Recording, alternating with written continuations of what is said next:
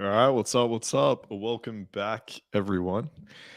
Today we're gonna go through Rollo Tomasi's debates. He's on here with like Michael Sartain, Sneeko, Destiny. He's the Fresh and Fit boys there too, who are going to what do you call it? Like fucking monitor the debate essentially.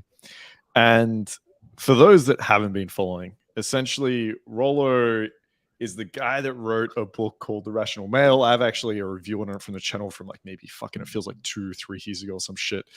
But essentially, he talks a lot of shit, right? He says some things that are actually accurate, that are really good, but it's sprinkled in or just fucking dogpiled in with a load of shit. And this guy is essentially an old dude that's married with like a fucking 10 liters. Nerd. I mean, dude's a fucking dork, like straight up. Today we're fact checking this guy. we're fact checking this fucking dork. Yeah. I mean, look, he's probably had pussy one time the past fucking 40 years. So. Legit. And essentially, he came out with a tweet. Did you see the tweet, Swift? By the way, no. I just saw the part where Sneeko and Destiny gangs up on him. I haven't seen the debate that follows. I haven't seen that yet. Okay, so essentially, he wrote a tweet. Maybe I can pull it up for you guys. And it says on the tweet, like, the fastest way to become high value man. And it was like all the basic fucking bro advice, like lift consistently, like have a good job. But then he sprinkled in there very casually on point number 3, get a vasectomy. No, get a vasectomy. So he was telling guys to get like snipped in early 20s, right? And so then the internet went crazy. Everyone was like, what the fuck? How can you tell like 20-year-olds to get snipped? Like it's the stupid advice I've heard. Retarded. And then he basically said a bunch of different shit. He was like, it was a joke. Then he's like, it wasn't advice. Then he's like, oh, it is advice, but I just meant it in like a hyperbolic way. Then he's like, no, I was serious. And so essentially, Sneeko and Destiny on one of the debates was basically like, what is a high value man to you? And he couldn't fucking answer it. He had no idea. So for a guy that's been in the manosphere for I don't know how long, written 5 books, couldn't even fucking describe what a high value guy was. He essentially said like it's whatever you want it to be. It's just like it's like what girls answer. It's like I'm this. I'm a 10 because I am who I am. Because I'm me. I'm confident. That's what they say. Yeah. And then so he's like 100%. A high value man is whatever you think it is. But then in the same breath, he also said Elon Musk isn't a high value guy. Who else did he say? Shapiro isn't a high value guy. He named a bunch of like fucking literally billionaires and saying that they weren't high value. So didn't have a definition, but yet ruling out guys that we'd probably consider high value. So then essentially they organized a debate between Destiny Sneeko. They brought it. Do you guys know what's this guy's name? Sartain. I lived in Vegas. I lived in Vegas. Yeah, Vegas guy. Vegas guy. Yeah, so I didn't know anything fucking about this guy, but he jumped on, and that's what we'll watch now, and we'll break it down. So we're going to go through essentially some topics. So what is a high value man? We're going to give you our opinion and definition on that. Hypergamy, we'll go through that. Should you avoid women in your 20s? We'll talk about that. Then there are a couple of other topics around this whole idea of like, I know Rollo goes on about like alpha fucks, beta bucks all the time, like essentially mating strategies of girls. And then we'll also go into how to get a lot of women, like what is actually the variables that come into play there. And then we'll finish off with who's better after divorce, men or women, since they go into that. And it's a big talking point in the community about marriage and divorce. So we can get started. Let's go.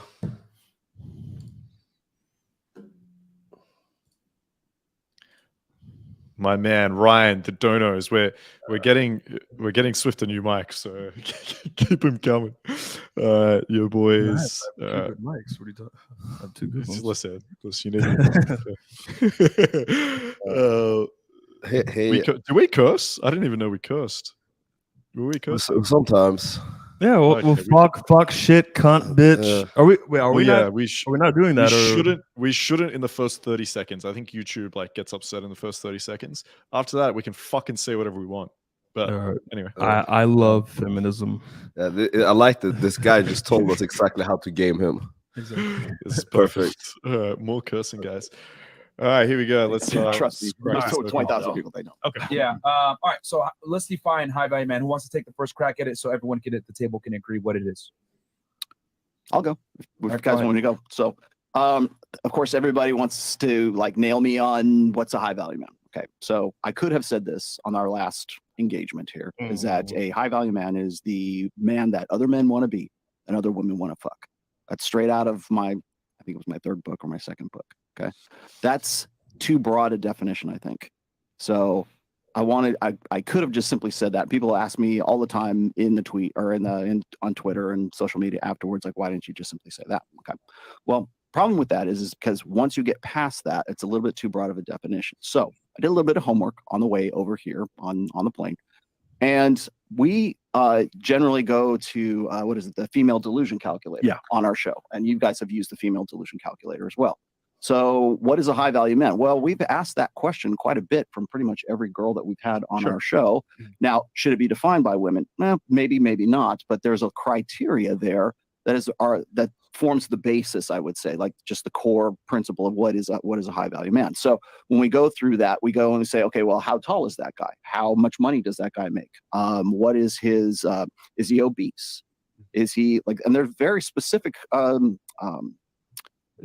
details that go into that, and then through that we say, okay, well, that represents what, like 0.02% of the population. Yeah, I mean, if you're specific, we're talking about the GSS survey, or not the GSS, no, CDC, the CDC stuff, and census and census stuff. So we always, and you guys do the same thing when we are looking to establish what is a high value man, at least as far as what women are looking for at that time. And I'm not saying that there's a definition for guys as well. As I said, it's other men want to be and other women want to have sex with. So what parameters would you? Exactly. Good question. Now, you guys, right around the first year of your show here, you had Kevin Samuel sitting right here, and one of the things he said is that the guy must make something like $10,000 a month, I believe is what it was. Roughly, yeah. Roughly. So that comes out to $120,000 a year. Mm-hmm. Can we agree that if you make $120,000 a year, would that make, like, as far as money is concerned, would that make you a high value guy? I think it depends on where you are. Like if you're in Manhattan, I think that would be problematic. If you're in Wichita, Kansas, that's a lot of money. Okay, so I think, can we I'll give a very broad definition. I think we can all agree on this. I think in the broadest sense, when we talk about men, we talk about what a high value man is, we think about what men are designed to do. Mm-hmm. I think that a high value man is somebody that can partition or acquire a lot of resources. Okay. In the broadest of senses. And that can be done in a lot of ways. But do we want to put a specific number on those resources? I think a lot is relative. So it's going to be more than your fellow guy. Right, but so if you make $120,000 a year in Kansas, you're the fucking king. Correct. If you make $120,000 years in San Francisco, yes. Your neighbor is probably a crackhead. Right? Yeah. So it just depends on. Your argument last time was the subjectivity of what you were saying, and exactly. that's the thing. No matter what number we say is a subjectivity. For me, high value man is going to be the guy who puts fitness first. He's going to have a job that's scalable, where he's doing something that he loves, and he's going to have his options on what woman that he can date.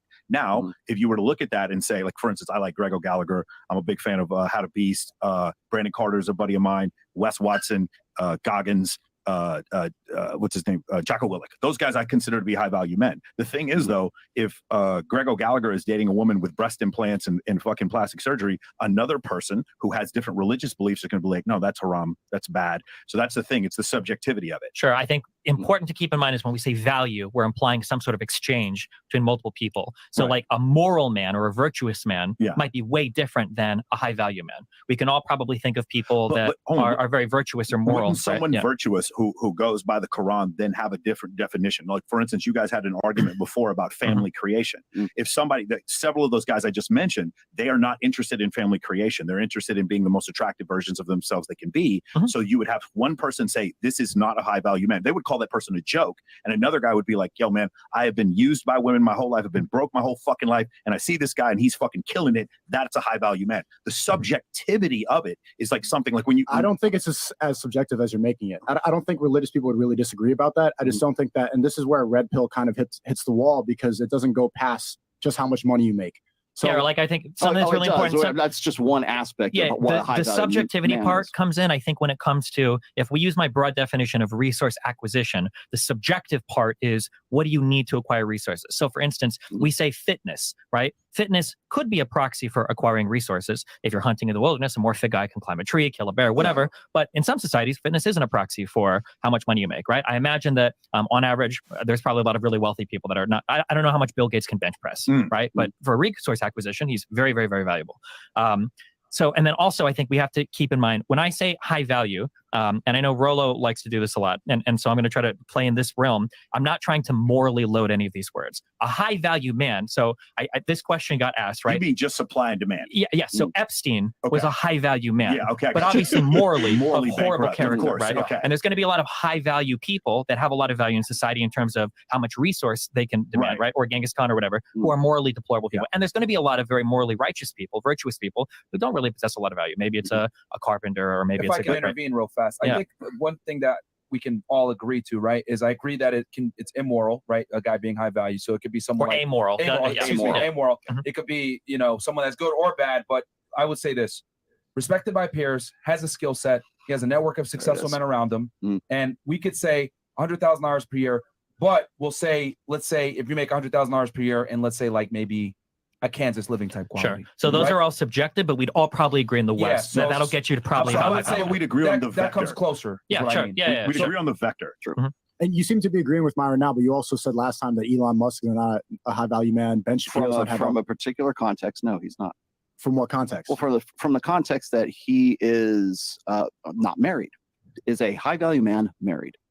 That has nothing to do with being married or not. Well, it does to the definition that other people. Do you think other people think that being a high value man would have some correlation to being married and have kids? I would say some people would say because the tweet that I made, everybody had a very big problem with not focusing on family creation or not getting married. So is a high value man married? People saw it as advice. I think for the purpose of this debate, we want to probably keep it as simple as possible so that it isn't extremely nuanced definition. I think if the person is married or not, should it matter? I think it should be on things that we can all mutually agree, like, okay. Or how about we can agree that a person of high value probably has the ability to get married and have a lot of children, but they might not necessarily. If they choose not to do so, that's on them. Yeah. And going back to morality, I think that's a fantastic point. Even though someone like Epstein is a deplorable individual, on paper, he had a network of net worth people. He had politicians in his pocket. He had quite a bit of money.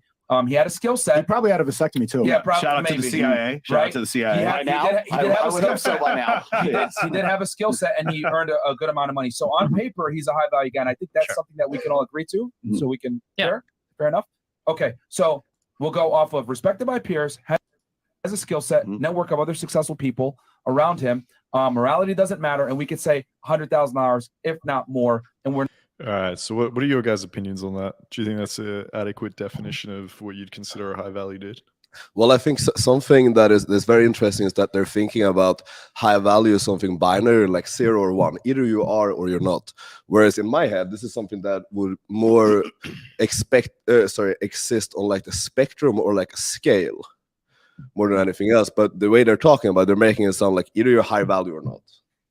Whereas I'm thinking it's almost like a video game character where you can level up certain traits in yourself where that would increase your value, so that you could increase on a scale rather than something 0 or 1, like something binary.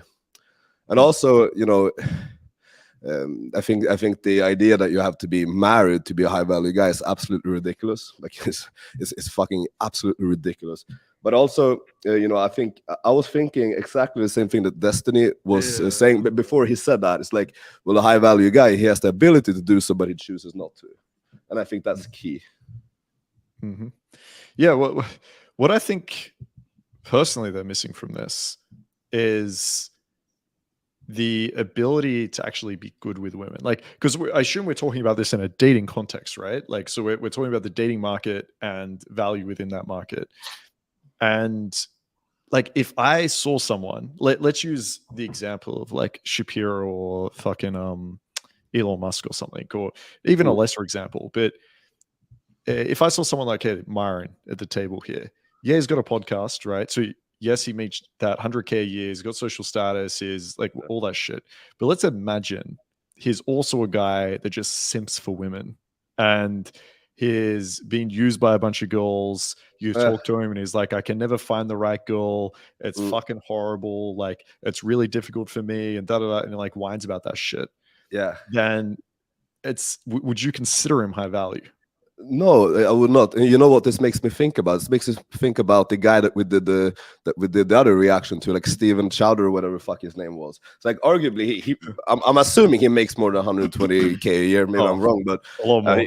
He probably makes way more. But after seeing how he was reactive like a little fucking kid, like even he's married, he makes the money, but you're looking at him and like you're like, really, like do I really want to aspire to be this fucking guy? Probably not. Yeah, I mean, I think there has to be different fucking, like you said, the spectrum. There has to be a spectrum or different fucking categories for this. Like, it's like, yeah, Bill Gates is worth billions, okay? But Bill Gates is a fucking dork. He's a fucking dork. His wife is divorcing him. He's fucking children on, Epstein's fucking island. It's like, yeah, he has a lot of fucking money and power and influence, but like, other than the money, would you want to be Bill Gates? You know what I mean? Like if you could be Bill Gates and just take away one thing, the money, would you be Bill Gates? It's like, no, I would rather be me. I would rather be me without the billions of fucking dollars, you know what I mean, than be fucking Bill Gates. So I think there has to be there's different categories to this.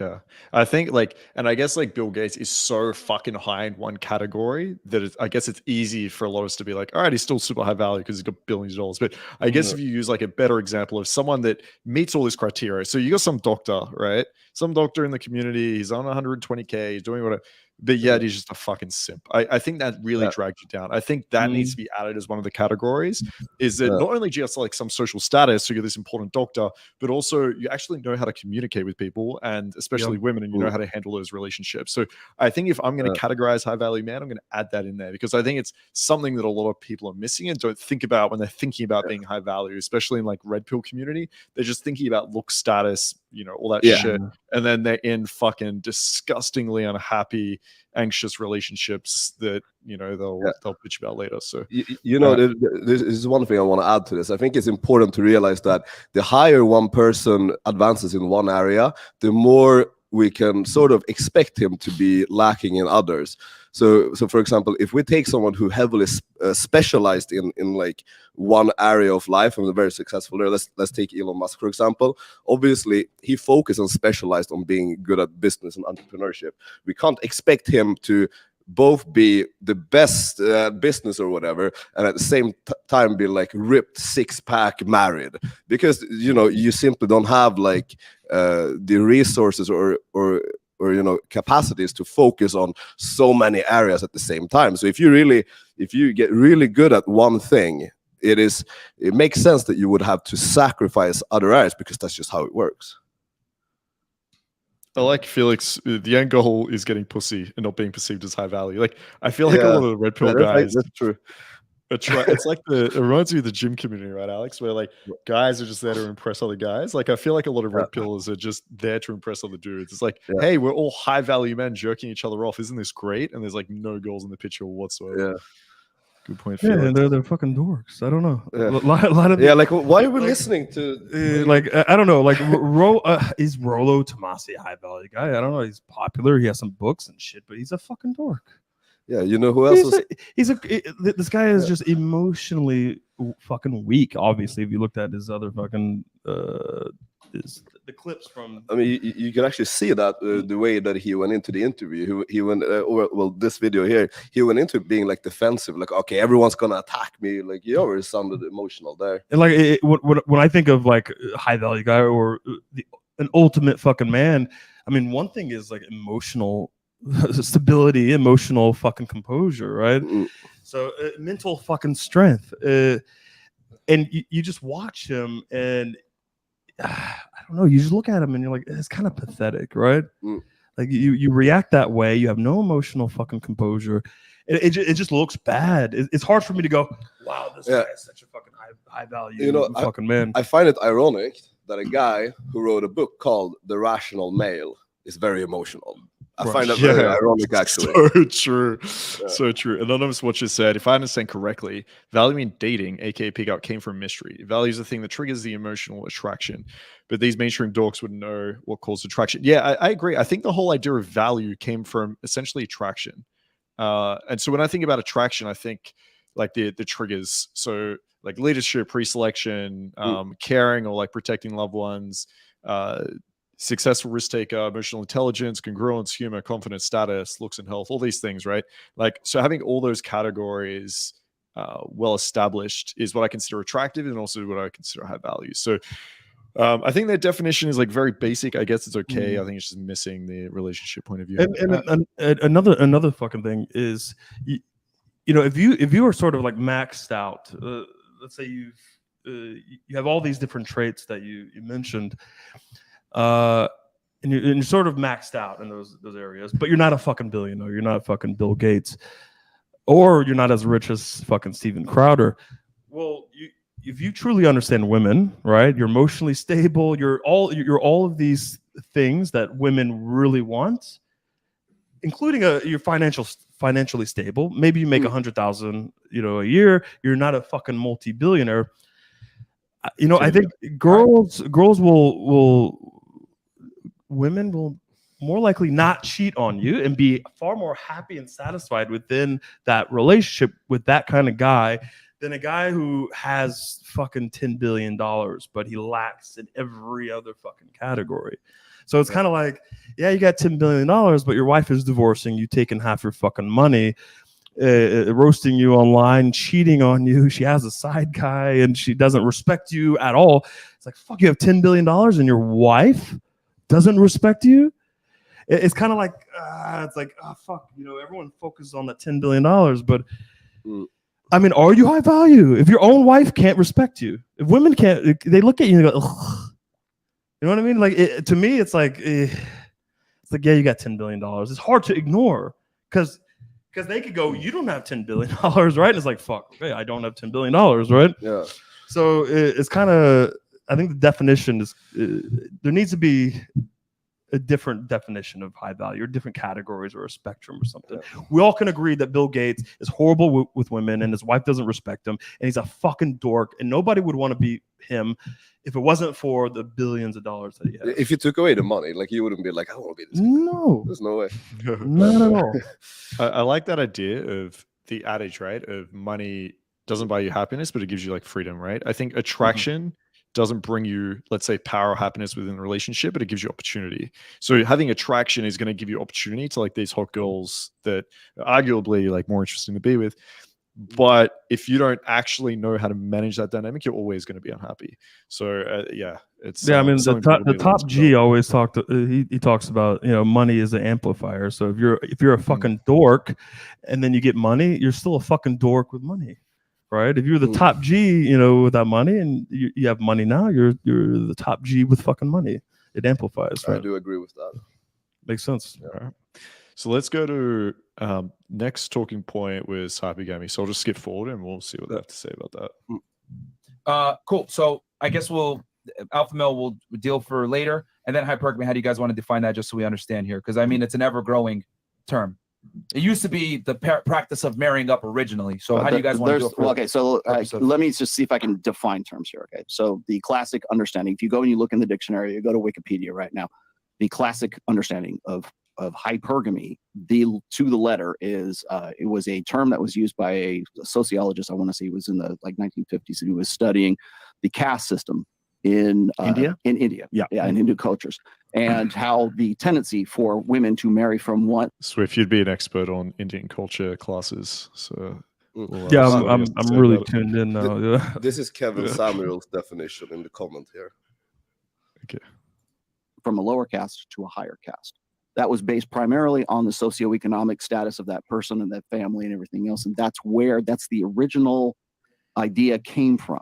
So it's based primarily on sort of like the provisioning, protection, and parental investment. It's dowries, it's marriage, it's the formalization of like a relationship.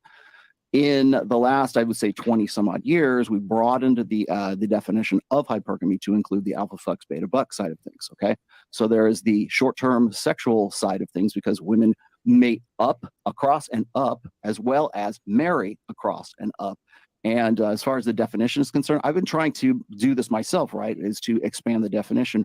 But also people like Jordan Peterson have been using that expanded definition for probably going on another 5 or 6 years right now. So, okay. So that would be my definition of it. Can I? Okay. So to boil it down, will we say the practice of marrying and or dating up when it comes to socioeconomic the attempt. So Yeah, this is so I'm going to come from an evolutionary standpoint. There is some algorithm that men, Homo sapien males, have to where they can see a woman and be like, that woman's attractive immediately. It's not something that's taught to them. They know immediately that woman is attractive. She passes the boner test. She passes exactly very quickly. There must be some correlating algorithm in a female psychology to determine the men she finds attractive or would consider having sex with, and the men she doesn't. Now that is going to be more complicated because for women, there are so many more things. What we talk about is statistics, negative kurtosis. There are so many more things that women are attracted to about men. The book, Why Women Have Sex by David Buss and Sidney Messon lists 237 reasons why women choose to have sex, whereas for men, it's like 4. So because of that algorithm, that complicated evolutionary algorithm is hypergamy. That's what I would consider it. It is the way by which women sift which guy I like from which guy I don't like. It must exist just like it exists in men. So that's the way I would pose it. All right, would it be fair to say it's sifting up though, right? Yes, it's not sifting, just sifting. It's sifting up because her evolutionary imperative is to find the strongest son that she can. So that strongest son is going to deal with some competency or some physicality that man has that she's choosing him for. All right. Is that fair for you guys? I accept the definition. Yeah. You accept that definition? All right. I agree. So a quick little recap. So we went over this, defining the terms. We went over high value men. We say about $100,000 when it comes to cost of living of a certain way. Do you want to say something about having a skill set network of successful. Yeah. What did you want to say, sir? Or you want me to say something? I guess I agree with most of that. But I see he's talking about like the provider and the guy. Yeah, I think they'll go into it. Yeah, so I think this was I just went to the timestamp of like what is hypergamy. I thought they were going to argue about it, but it looks like they were just setting up a definition for it, which is essentially women going for guys that are on a higher level than them. But they do go into arguing about it soon. So let's skip towards that. But before we do that, should men avoid good women in their 20s? Let's go to that. So 43. Here we go. That's probably where some of this came from. I would have taken that if I were you. Yeah. Just saying. Yeah, because you would be here for it. You're fucking 2 hours late, Fred. Shut the fuck up. I've never. I'll do the moderator. Thanks, moderator. So going back, because so Sneeko, you have some traditional conservative beliefs. So you disagree with the whole vasectomy part. What is the main, I guess, issue with it? Is it because of the lack of family creation? You think that's going to lead to? I think he thinks I'm influencing people, right? the two branching paths that I set up, So like, what are you guys advocating for? Like, do you think if a guy could do it, if a guy could be 25 at the head of his career, starting right there, about to go down his life, but also pair with a really good woman who he could have kids with, and then by the time he's in his 30s, he's already got like 7, 8, 9-year-old, a couple children with a good wife. Is that something you guys would push for? Or do you think that men should stay as far the fuck away from that as possible and wait till they hit those prime years of being like 35? So the answer would be somewhere in the middle. I think it's how. What are your views on that, guys? Yeah, I think this is interesting. He thinks guys should at the same time get a vasectomy, but at the same time get married. That just doesn't really make sense for me. Well, I think they don't go together. Look, I think it depends on the fucking guy, to be honest, right? So because when I was fucking 18, I got into like a serious relationship. So I did like all this relationship thing with being in the relationship or dating to eventually get married and do the whole like traditional like family thing, right? But like looking back, thank God I got out of that shit. Like it was a close call because I was not prepared and I was not ready to get into, to be in that kind of commitment, right? Where you're married, now you're stuck in it.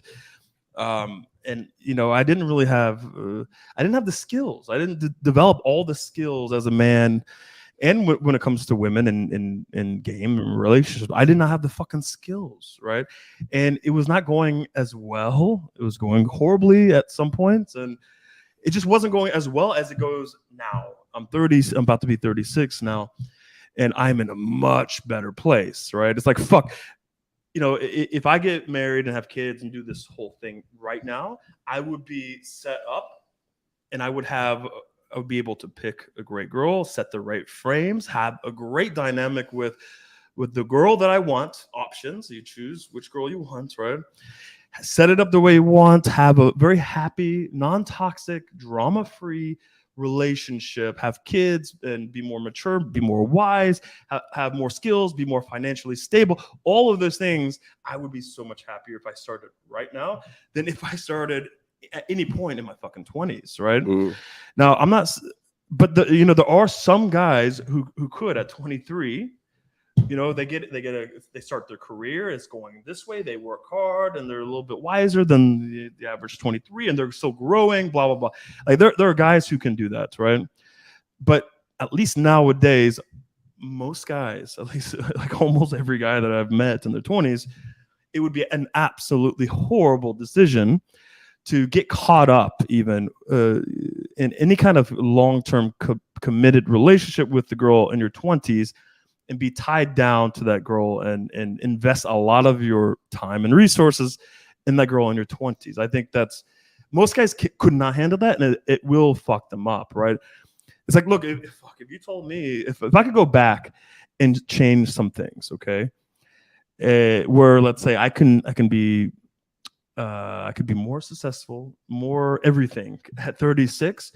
The first thing I would do is not get into fucking relationships, right? And use up my energy and fucking time on other things increase my value. Yeah. But I still would not say like don't mess with women, because I needed to learn how to deal with women, how to game female psychology and create different dynamics. So it was sort of there's a balancing act, and I just don't think most guys could even figure out what that perfect balancing act is. So I think that's a big fucking problem. You know what I think a very important thing with that is I know for a fucking fact, interacting with women is the best feedback system, because they're gonna tell you everything that's insufficient with you.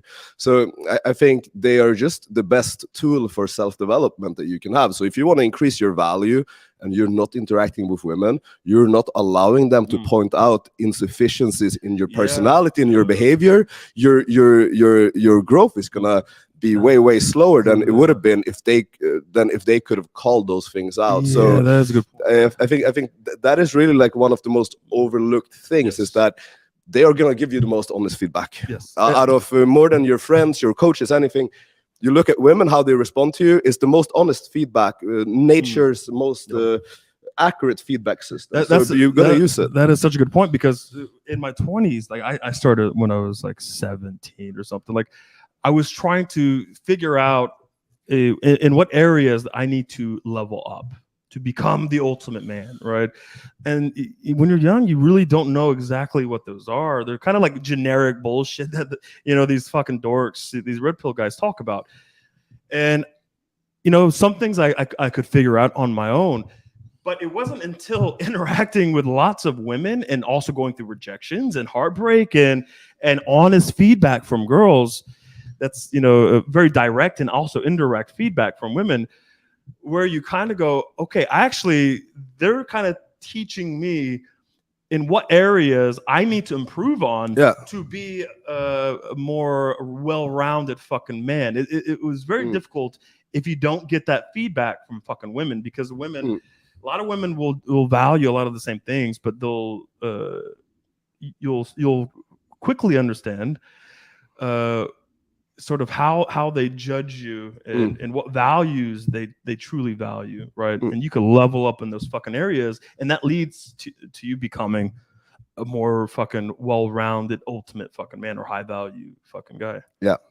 I think so it's a good point. I think basically what we're saying is, if you're going to commit to a goal in your early 20s, the type of girl you're going to get will be at the same value as you that you are in your 20s.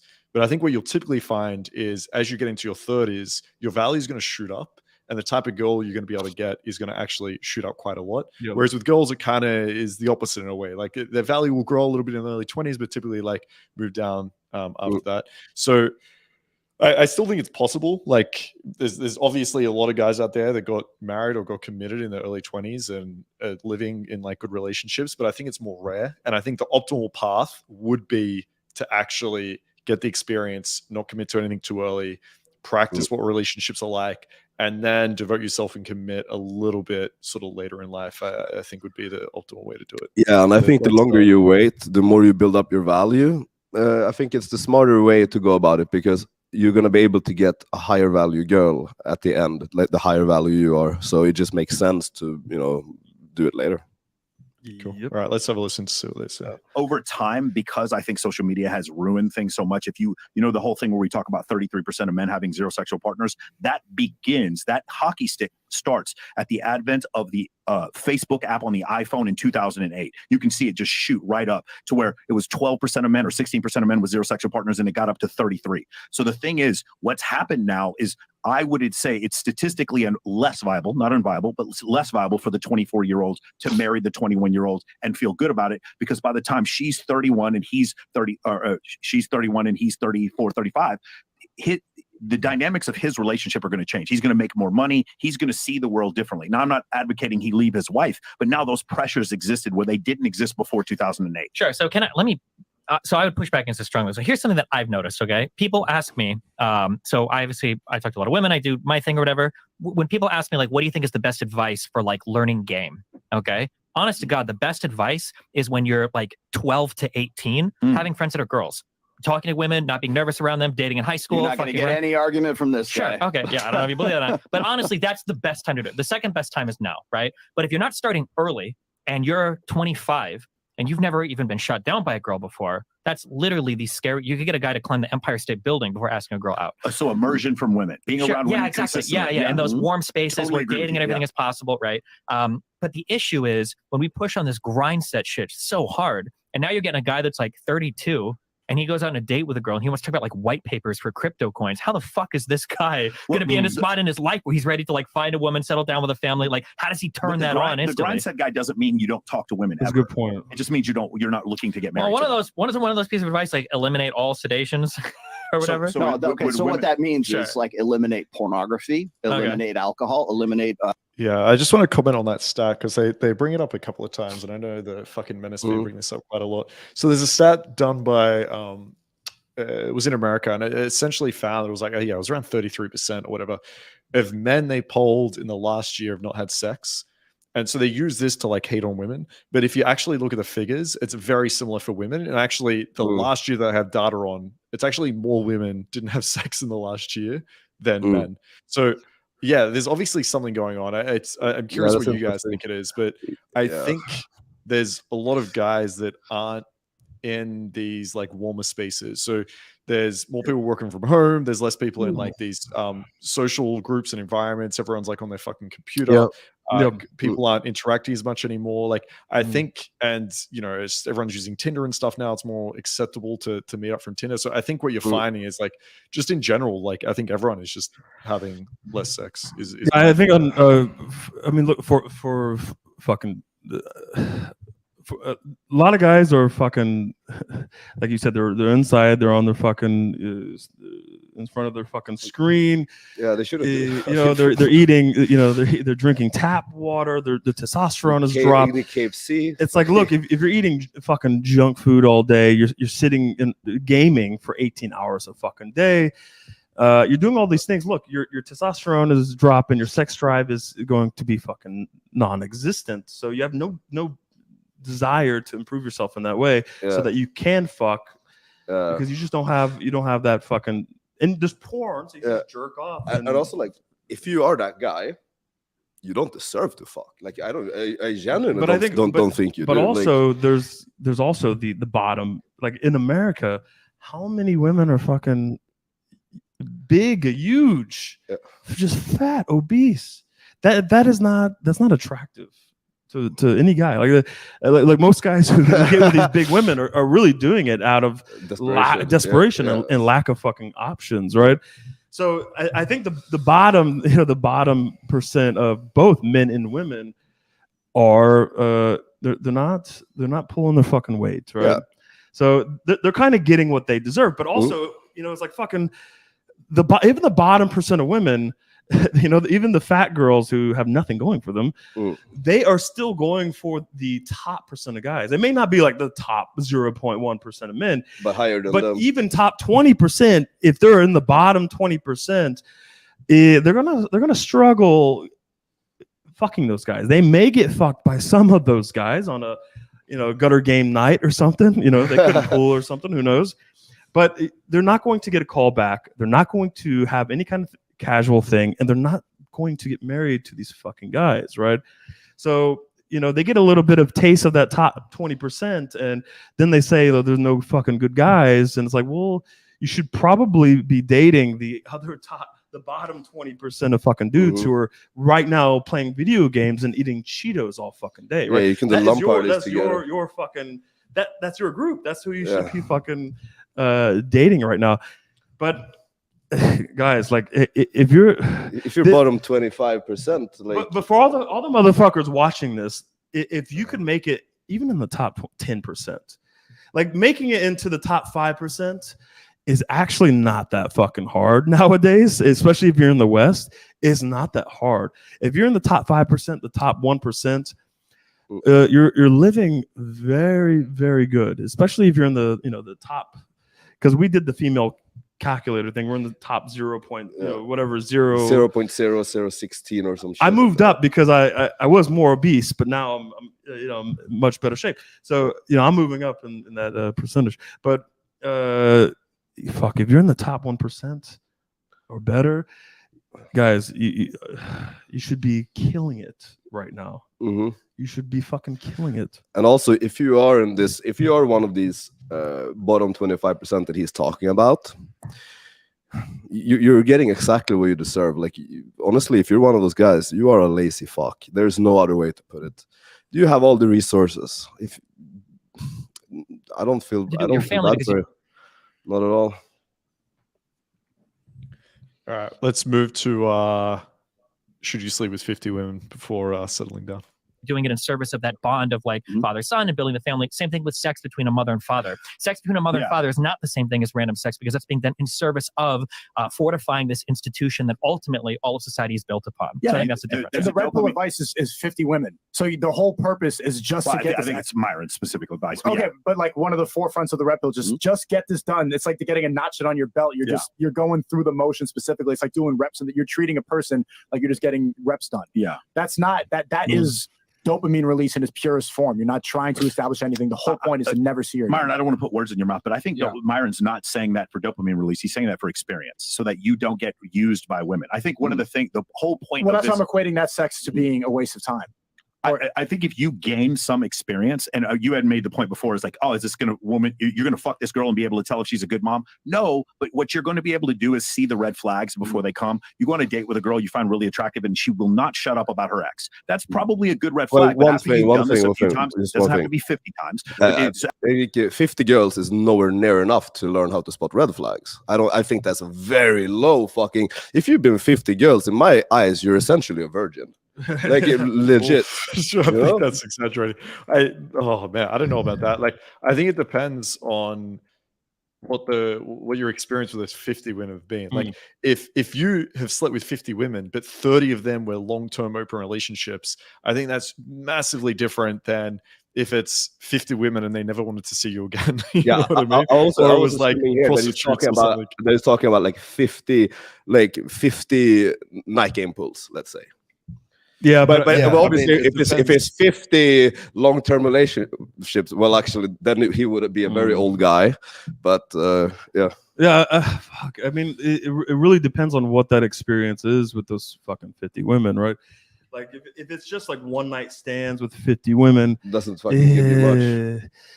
Like the average guy, just the average motherfucker that like we talk to, like 50 girls is not enough. Like I would not say like 50 girls is enough experience to be like, like I'm 36, I'm gonna have a lot of options. I'm gonna set the frames that I want and have the most perfect dynamic where the women will respect me throughout the relationship, throughout the marriage, and have blah blah blah blah, and truly genuinely understand women, but also your fucking wife or your fucking girlfriend, like to truly understand her deeply. I think the average guy, if you said, hey, here's 50 women, they're not going to get that kind of experience. Now, there's some guys who have different kinds of experiences, and they're a lot more observant and conscious and kind of aware, socially aware. You know, their mind is open, and they're great students, and they make a concerted effort to truly understand women and social dynamics. That's a little bit different, but I think it really fucking depends on the type of experience and the type of fucking guy. Because I know guys who've fucked 200 girls, and they really don't understand women at all. Yeah. They truly don't. And it's like, well, how's your retention with these fucking girls? And it's like, I've never had a girlfriend. I had one girlfriend and she cheated on me or something, you know? And it's like, so none of these girls called you back. They'd never chased. You know what I mean? It's like, fuck. If you fuck 200 women, it's like, how many girls are desperately chasing you? Like blowing up your phone, I can't live without you, right? Like I need to be with you, and I'm willing to do anything. These guys don't experience that. And when they see like our girls do that, and they see the screenshot, so they see it in person, they're mind blown. They're like, I didn't think this was even possible. Like I'm 200 lay count, and I've never even seen this happen. So there's very different experiences when it comes to like even fucking 200 girls. And the kind of experiences you have with those 200 girls. Yeah, it should almost be like I feel like the metric of lay count is bad. Like I feel like it almost should be bad. Amount of nights spent with women almost. And because as I said, you can have a 10 lay count, but if one of those relationships was like 3-4 years, I think those guys are going to have a much better understanding of women. Or if you're the type of guy that's just been around women your whole life and you have a very like active social circle, I think that's probably going to teach you a lot more as well. I think you're right with the night count. I think that is so much more accurate. Because if you were with 10 girls but only one lady, there's 10 nights, it's nothing. You learn nothing in 10 nights. Yeah, at all. Especially if they're just these Tinder pools where they come in. You just copy pasted from the live stream or some shit. Exactly. Yeah, exactly. Right. It's So I guess it's hard to come up with a metric here, but if I'm looking at my student, I want to be confident enough that they know how to handle the dynamics and they understand it. And so, if you're going to give a number, I'd much rather come up with like a number around, which I'm sure guys aren't counting, but the amount of like nights you've spent with a woman in a sexual context. And also, I think your attitude, mentality, your mindset when you're approaching these relationships, these dynamics with these women make a fucking difference. Like if you're fucking like a J-Mo kind of guy and you're just like, I just got to put penis in, okay, +1, and you move on. I mean, you're only learning so much. Really, it's what are you gonna do when you actually have to like set up a really good dynamic where the girl respects you and she's like the perfect dynamic that every guy is thinking about, right?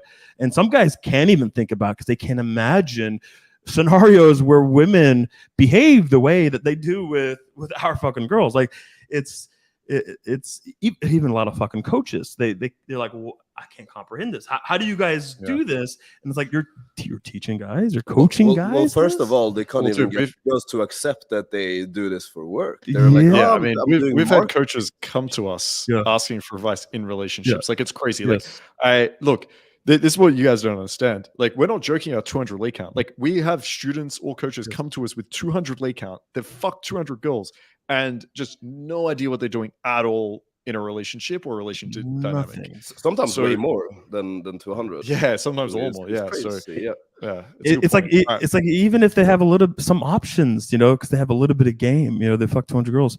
Like even then, they just collapse under the fucking pressure. They don't know what to do when it goes anywhere further past like seeing the girl a few times, and it gets into like just creating these perfect dynamics that every fucking guy wants, right?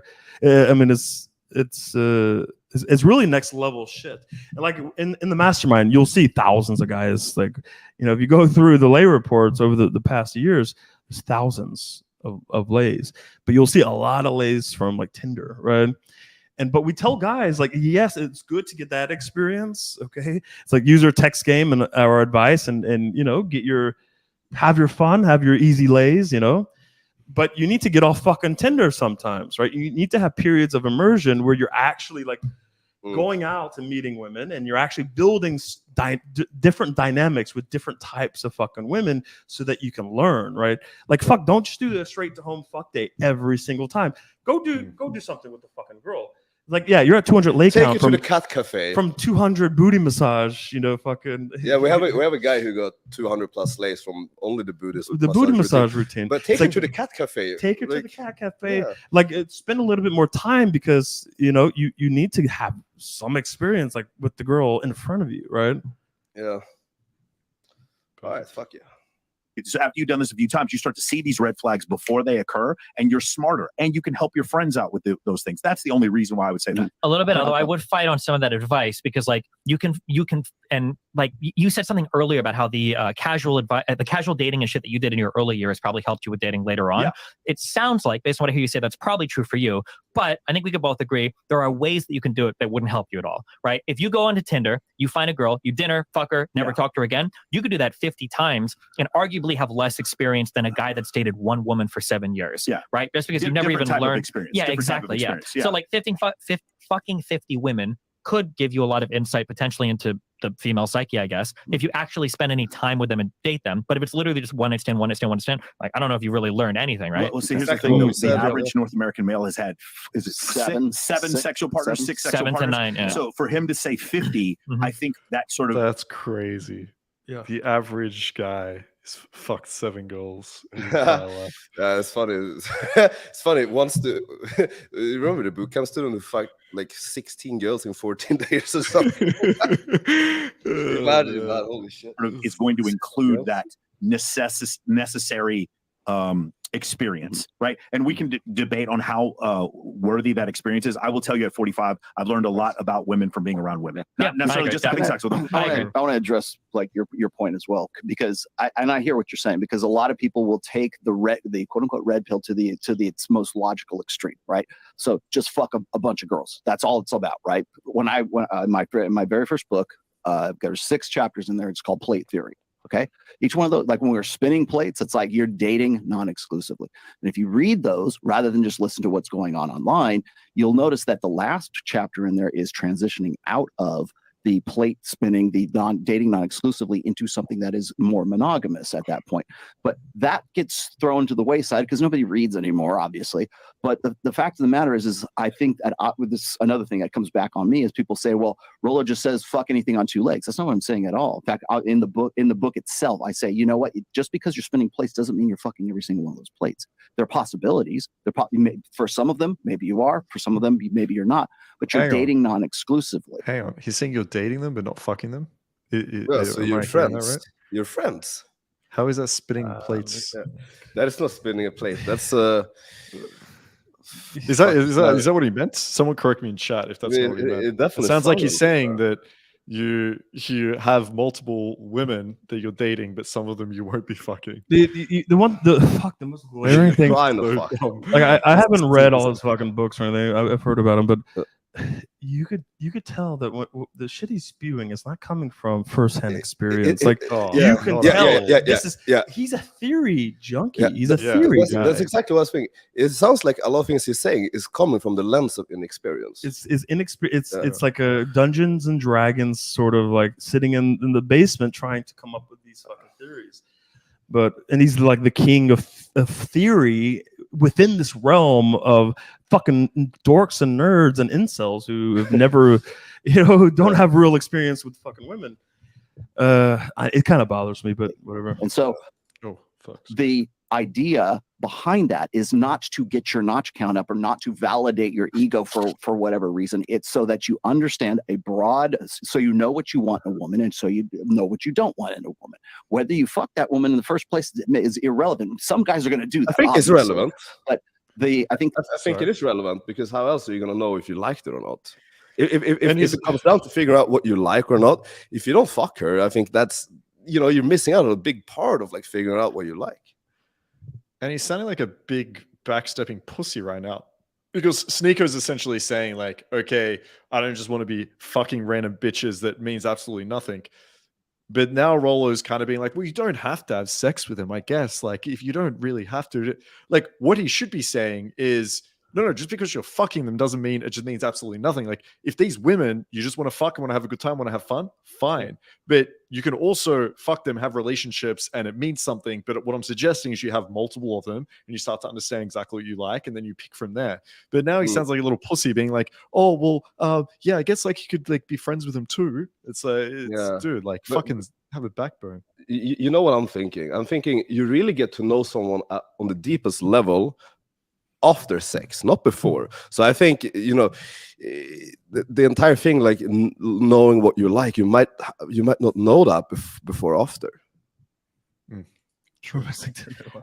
All right, dude. Next week, should we lock it in? Next Wednesday, we'll do a Tinder Live. I've got a bunch of leads that I haven't messaged. All right. Although I leave the country like the next day, but fuck it. We'll message you I think that's the best way to end it, right? We set up like 20 fuck days and we flake on all of them.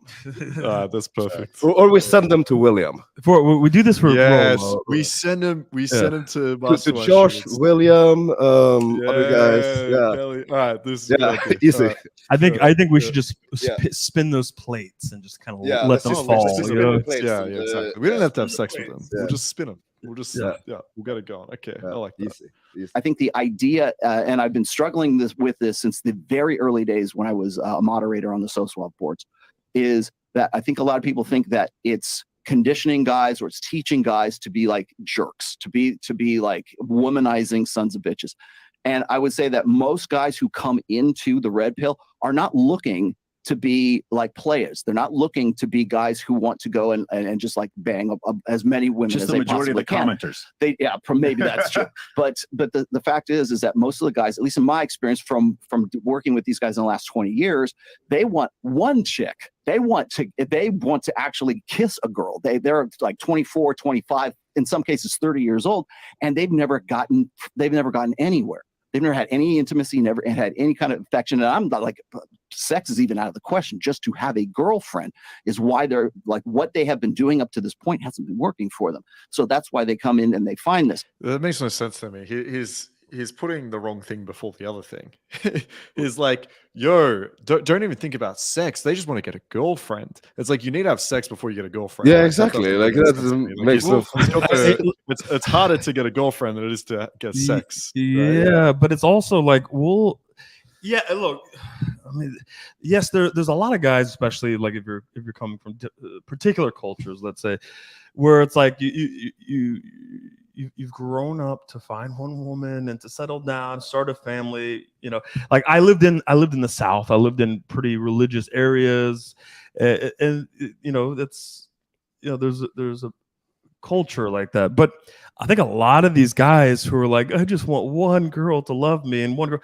It's like, yeah, because you can't get any of them, right? So you're desperately just wishing for one girl to fucking like you, right? And I think like, do you tell that guy like, okay, well, I'll help you get a girlfriend, like I'll help you just get a girlfriend so that she could cheat on you and not respect you, and you have no clue what the fuck to do. You don't understand your wife or your girlfriend. You have no fucking clue what's going on. Crowder. You know what I mean?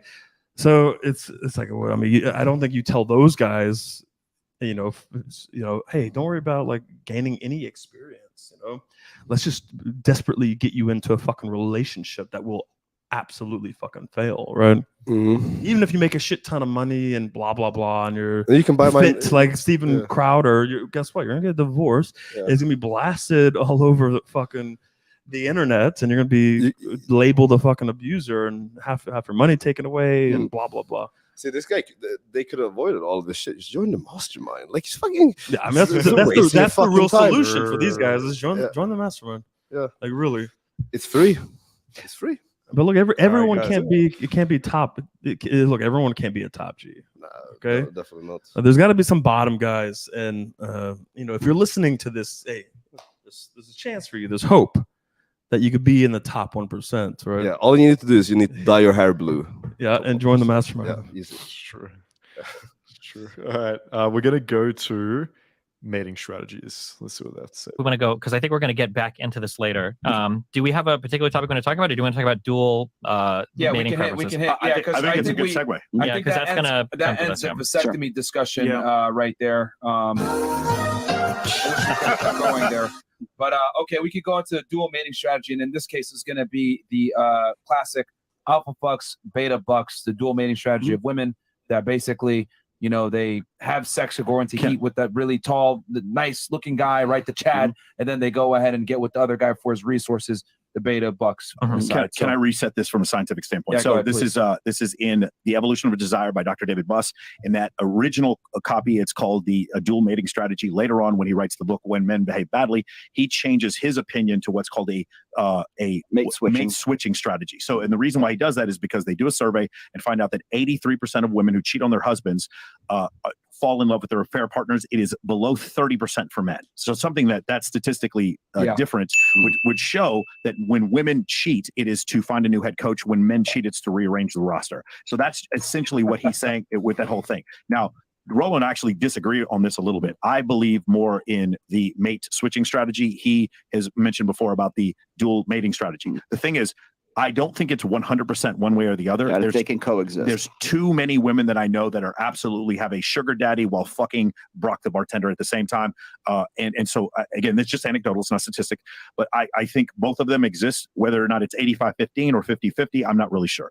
Okay, this is going to be a really important center point for this discussion because in my opinion, almost all of Rollo's praxology is going to be built off of this alpha fucks, beta bucks idea. That a ton of stuff, hypergamy is built off of it, the way the relationships work are built off of it, you know, what men and women are after, the dual sexual strategy. So you guys are not in congruence with how you feel on that. You disagree. The difference is, so we'll just say Alex the alpha and Bobby the beta. She's dating Bobby the beta. Now the question is, in both strategies, she fucks Alex the alpha, but in one of them, she fucks him to leave because she's dissatisfied with Bobby the beta, and in the other one, she fucks Alex the alpha to get his genetics and stays with Bobby the beta. Sure. So the underlying question then is, do you believe that women biologically are employing the dual sexual strategy? Subconsciously, yes, because men do this. Again, the converse for men would be the 40-year-old guy, 50-year-old guy who goes through midlife crisis. I don't know if you've seen these studies. When women go through menopause, that's when men go buy the Ferrari. They've shown this, like men can actually sense when women go through menopause,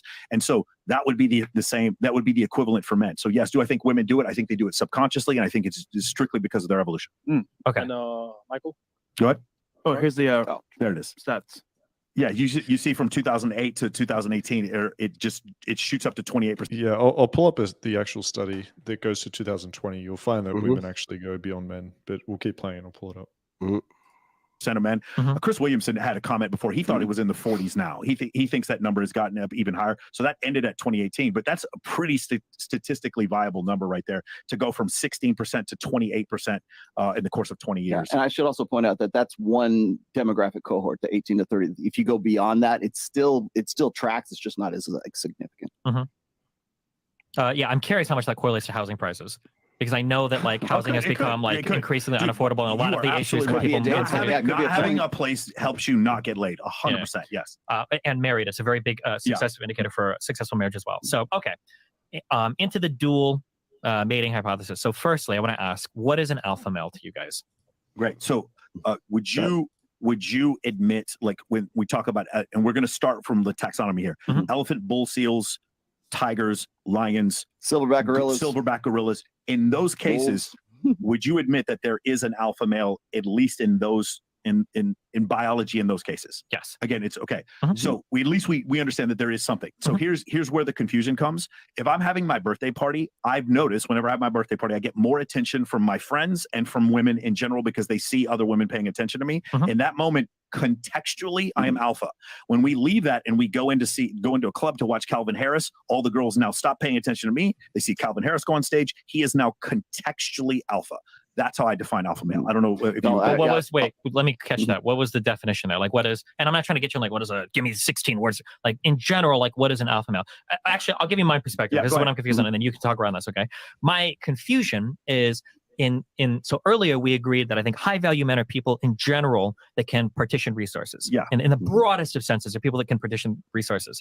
But it feels like when you guys talk about alpha males, there's this weird kind of like double speak happening where alpha males are, Rollo mentions the pool boy a lot. And we look at the pool boy. So the woman wants to fuck the pool boy while she's dating the poor beta bucks guy. But I feel like the beta bucks guy, more often than not, fits the definition of like a high value man or an alpha male. He's somebody that usually commands a lot of resources, partitions them, is relatively successful, displays a level of competency. Whereas the pool boy would be the beta. He's poor. Yeah. I don't want to say a loser, but if he's like, if he's 18, he can be a pool boy. But if he's like a 35-year-old pool boy guy and he's got nothing else going on in life, he's like a loser. But somehow in that situation, it feels like we're calling him like the alpha fucker versus the beta bucker. Like, so what is the alpha? Generally because, okay, so the whole pool boy like scenario there, it's usually it's the rich husband who, wife's at home just lounging out of the pool and she's fucking the pool boy. Okay. I mean, every porn movie starts that way, right? But it's primarily because the pool boy represents the peak as far as like alpha fucks is concerned, whereas the husband or the rich guy who has provision, protection, and parental investment, he represents long-term security to that woman, whereas for lack of a better word, the pool boy, right, the guy who's the hot guy that she is aroused by, she still wants to fuck that guy. Although we want to say that, well, the guy who's got all this money, we're going to say, well, relatively speaking, if that guy is rich and he can provide for long-term security, logically, he would be the one to choose. But yet we still see her cheating with the pool boy, right? So what happens is you've got alpha fucks and beta bucks. And so usually what happens is, like, would women love to have both of those together? Yes, of course they would. They would like to have the complete package. You'll hear women say that all the time. But this is just me spitballing here, but like right now, I think in particularly because women have entered into the workforce, because they have educations, because they have basically become the men that they wanted to marry, they don't need men anymore. They want men. Who do they want? They want Brock the bartender. They want the pool boy because he represents the hot, fun sex, the short-term, sexual genetic benefits guy. They don't need it because they can take care of that shit for themselves. I guess what I'm not understanding. No. I'm going to call bullshit on that because even the woman with aspirations and career, she's working, blah blah blah.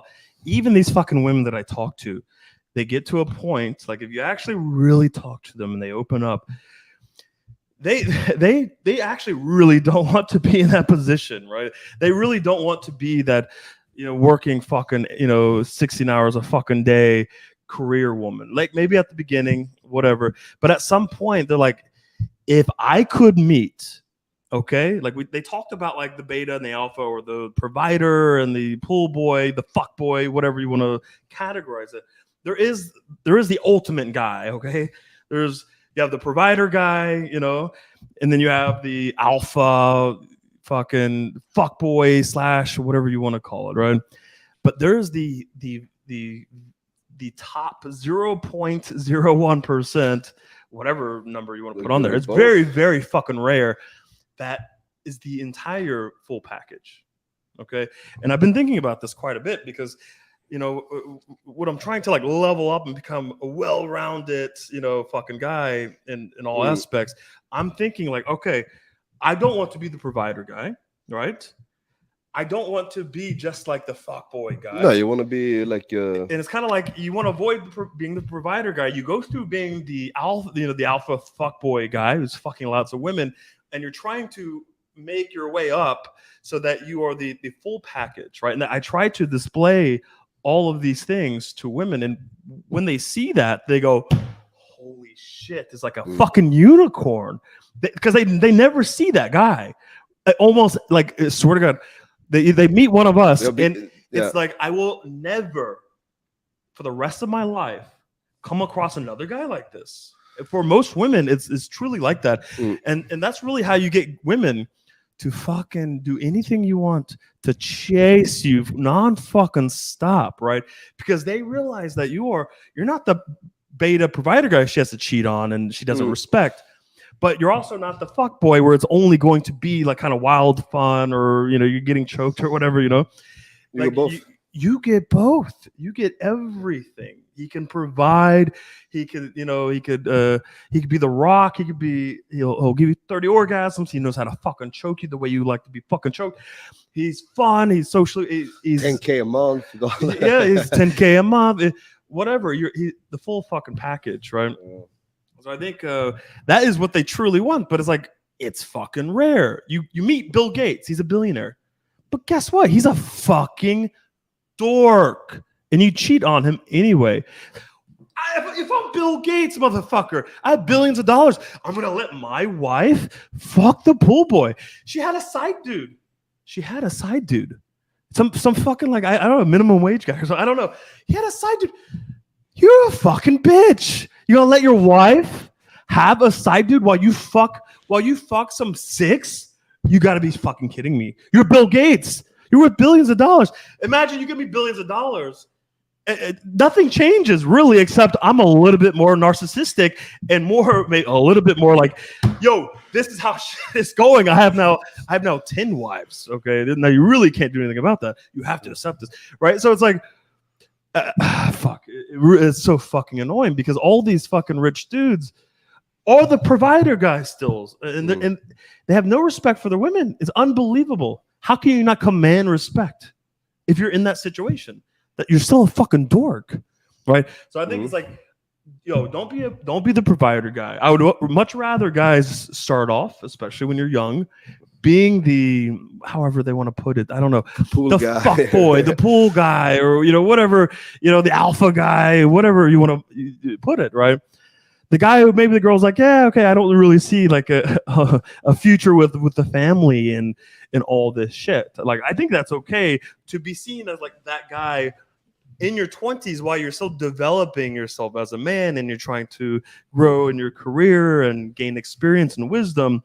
But you want to merge into both. You're both, but you're leaning more still. You're not like in the middle of provider and that fuck boy. You're leaning just enough to the right of the fucking fuck boy, right? You give them just enough of that provider, right? Standing, and this is what I don't know if there's a way to reconcile this. It feels like let me just define really quickly, because everybody's gonna like lose their shit on this. But like whenever we talk about like alpha, beta, whatever, and if you want to get into sociosexual hierarchies, you'd say delta, gamma, whatever.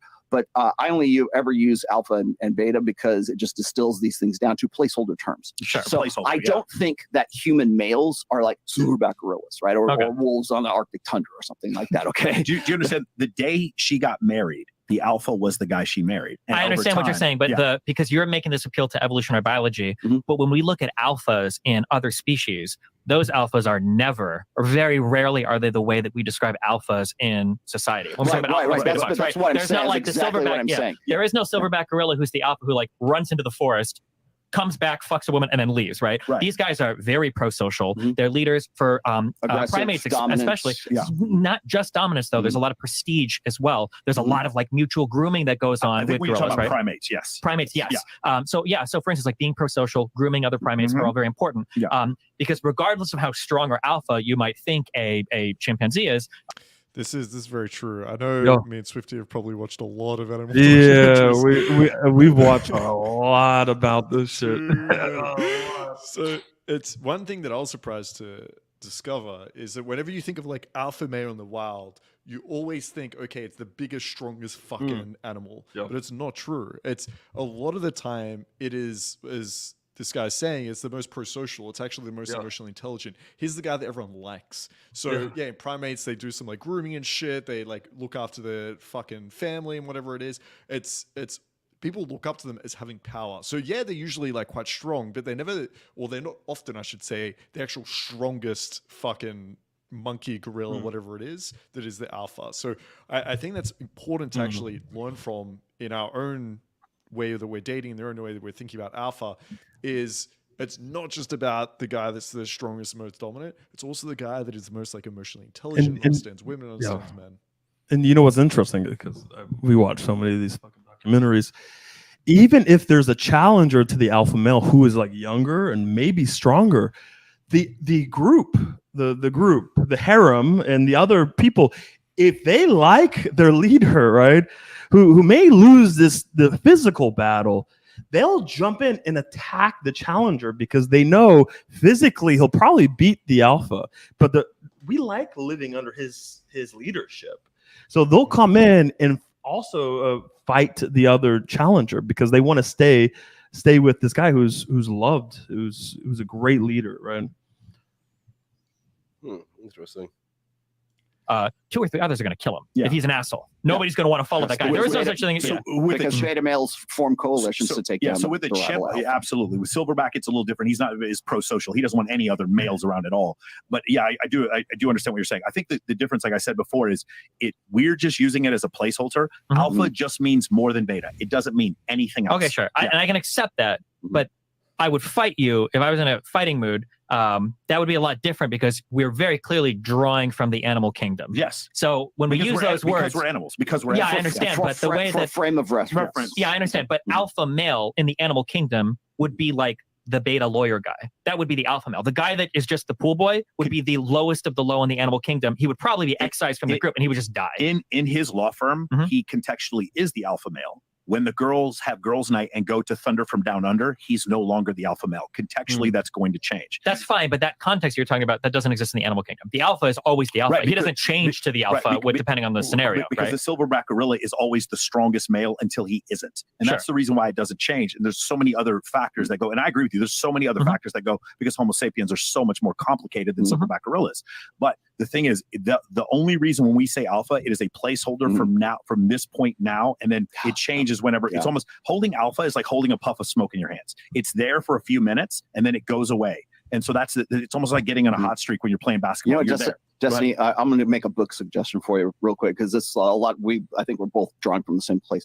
There's a really great book. It's called Alpha God by Dr. Hector Garcia. I would highly suggest. You would really like that book. Sure. Okay. Yeah, there might be. Okay. So then I just want to fixate then on this, that when we say alpha beta, when we're talking about like humans, it really has nothing to do with like alpha beta in terms of animal kingdom stuff. Yeah, it has to do with more or less. Sure. Okay. That's fine. So it's the same words, but no drawing. Because like an alpha for humans, a lot of the times, for instance, we're focused on like dark triad or like antisocial personality traits, right? Like the alpha, like drug dealer. Because that's the result in the end for coming back, but that's not always the case. The quarterback of the football team can have nothing but integrity and care about his teammates, but he's still an alpha. There are scoundrel alphas, and there are like the leaders of industry. The guy who goes and to I would agree with that, but the star football. I think get to the fucking point. Honestly, I think the debate about this is completely fucking irrelevant. Like, what is alpha? What is beta? I think it's like fucking point. I don't know. I think it's all we're not talking about vomits, right? It's bullshit. Theory. Relationship. Sure, but even as like just be. I just want to. He was hot, and he was a hot guy in the foam can party. Yeah, and I understand what you're saying there, but so for the largest survey that I could find, so in 2015 in evolutionary psychology, Frederick and Jenkins did a survey of over 60,000 people. Over half of them were men, and it had to do with the average number of sexual partners between all the men. And because I was curious, I'm trying to find like, well, are there certain guys that like fuck all the women? Like, who are the alphas or whatever? And you're looking at him. 2 of the metrics that they tracked were height and BMI. So they had very short, average tall, very tall, and extremely tall guys. The biggest discrepancy, the extremely tall guys had 12.3 partners on average. And extremely tall was 6'5" and above. And the very short guys, 5'2" to 5'4", my short kings, their average partners was 9.4. That was the biggest discrepancy. At short, which is 5'5" to 5'7", you have 11 average partners. From 5'8" to 5'10", you've got 11.7. Yeah, I think this may have been the study that I looked at preparing for like chatting about the red pill.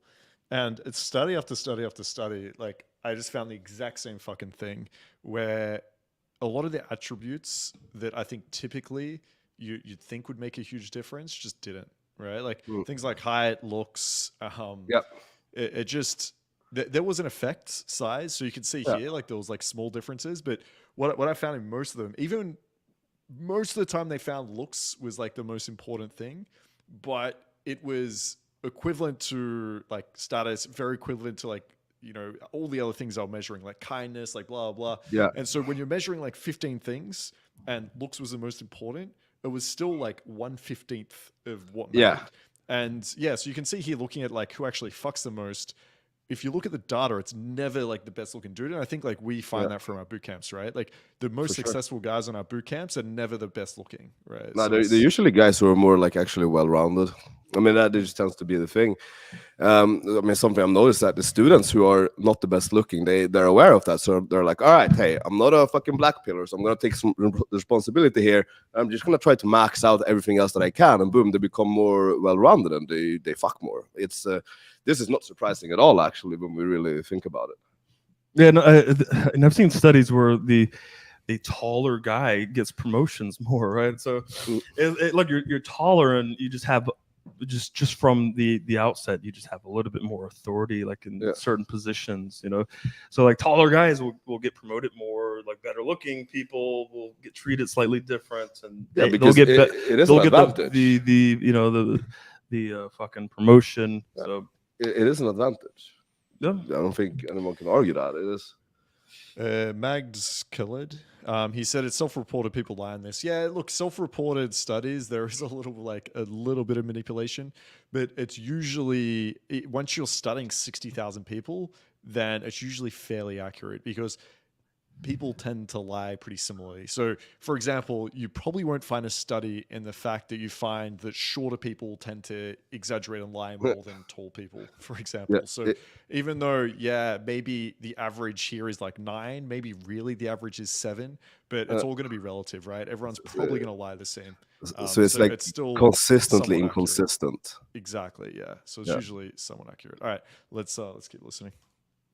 From 5'10 to 6'1, you've got 12. And then from 6'2 to 6'4, you've got 12.1. From 6'5 on, you've got 12.3. There's not like this huge discrepancy in terms of like who's getting all these parts. And same thing with BMI. For underweight people, it was 8.2 average. Normal weight, 10.9.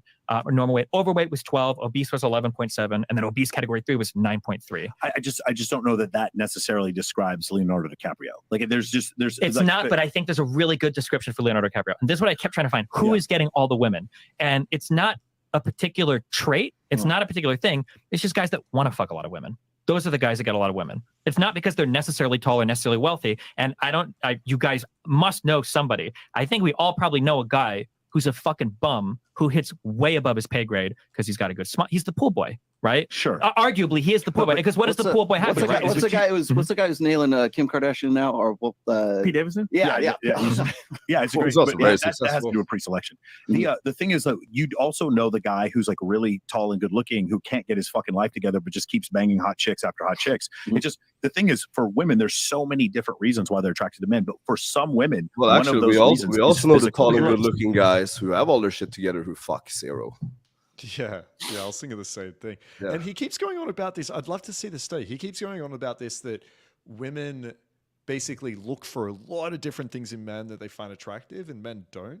I don't know how true that is. Like, I feel like a lot of men have certain things that they like in women and certain things that they don't. Yeah. And like, I don't know. He mentioned before this. I felt like he was saying there was like 200 things that women can find attractive in a guy, and for a guy, there's 4. Like I could list off 10 things that I find attractive in a girl. Like I'm sure that guys might be less picky, but to suggest like there's like nothing that we find, I think that's a bit silly. I think and also it could also be that maybe for guys they're talking about like a short-term kind of thing. Like if it's for like a one-night stand, like yeah, sure, 4 criteria is probably enough. But I think a lot. But but I also think that a lot of women they just tend to have like the future a little bit more in mind than guys, so it makes sense that they would maybe look for more things.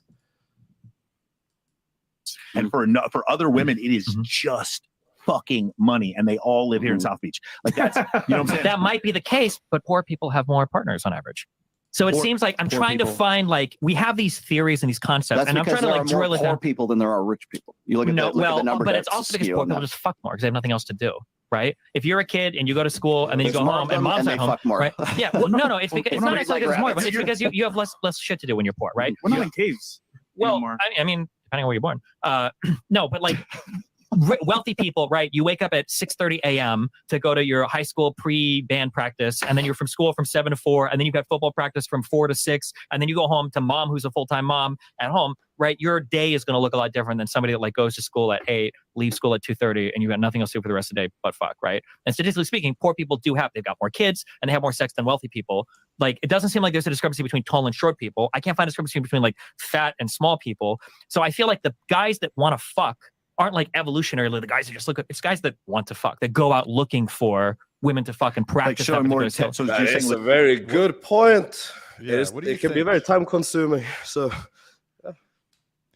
his argument is if you look at all the variables, just descriptively looking at the community, right? The population, whoever's having the most sex what do you think the difference is between them? Because we've kind of already established it's not looks, right? It's not really. And so what he's saying is it's just the men that do want to fuck. What are your thoughts on that?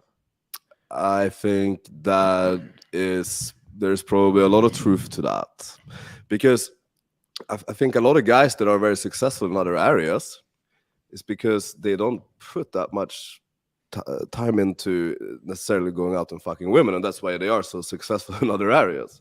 So I think that does make a lot of sense. It's like you're gonna be good at what you prioritize. Yeah, and a lot of those guys also focus on that so that they can one day get women, right? Exactly. But like a little like, so they're like, look, if I become a high value man, in my fucking 30s, and I make this amount of money and I get a house and a car, now I can start getting women. So I think a lot of guys will have that fucking philosophy. But I think it's more than just like wanting to fuck women. I think it's like actually, yeah, I mean, it makes sense. Putting forth the effort, let's say, in trying to fuck girls, because there's guys that really don't have a lot, don't have great game, but they spend a lot of time trying to fuck, right? They're just like, hey, risk it all. There's no game. I'm risking all. It's like, fuck. Those guys actually fuck a lot. It's like you have no game, but you know what? They're just fucking confident, and they're just going out and they're trying with as many girls as possible, and they're spending a lot of their time just trying to fucking pull. But those guys they're gonna fuck.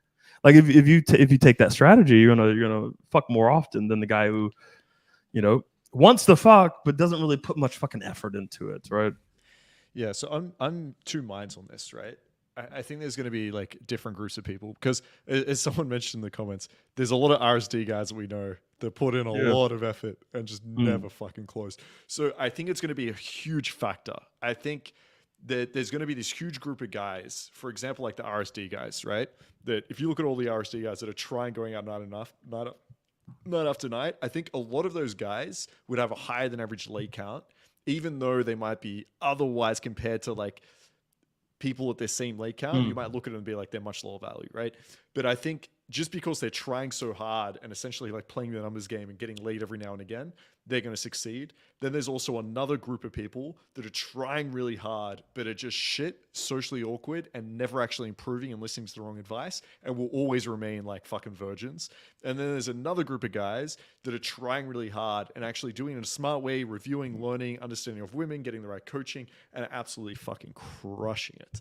So, and then there's probably like a section of the community that maybe don't care about getting laid too much, but are just really good with the women. So these are the guys that naturally are more charismatic. They have really good social skills. They've been around women all their life, probably grew up with sisters and shit, and they'll go out and get laid. But even these guys, this is why I think it is a big factor.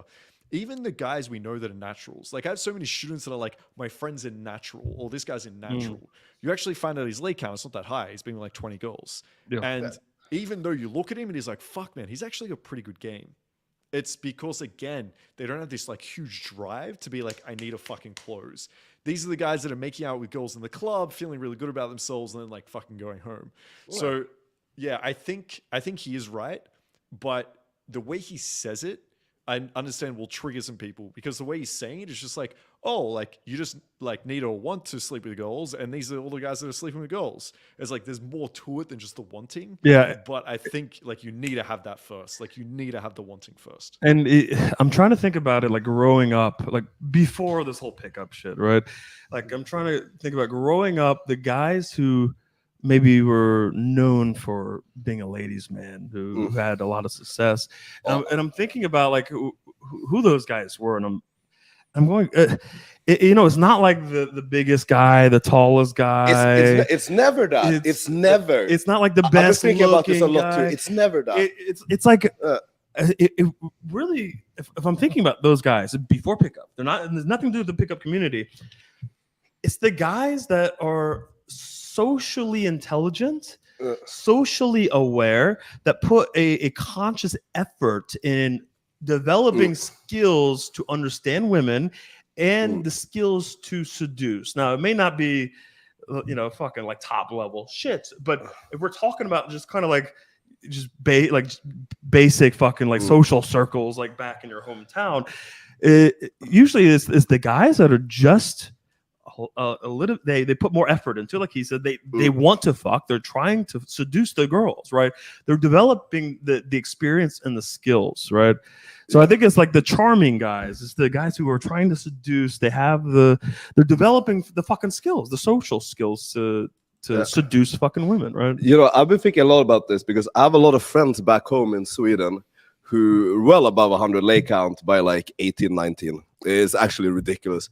But, you know, I think, so two of the biggest things that like now in retrospect, I realized why they were killing it so hard was because like they had no filter in what they were saying. Like they would speak their mind freely, zero fucks given about what people are thinking. And that was like a really big thing. And they would take that shit like really, really far.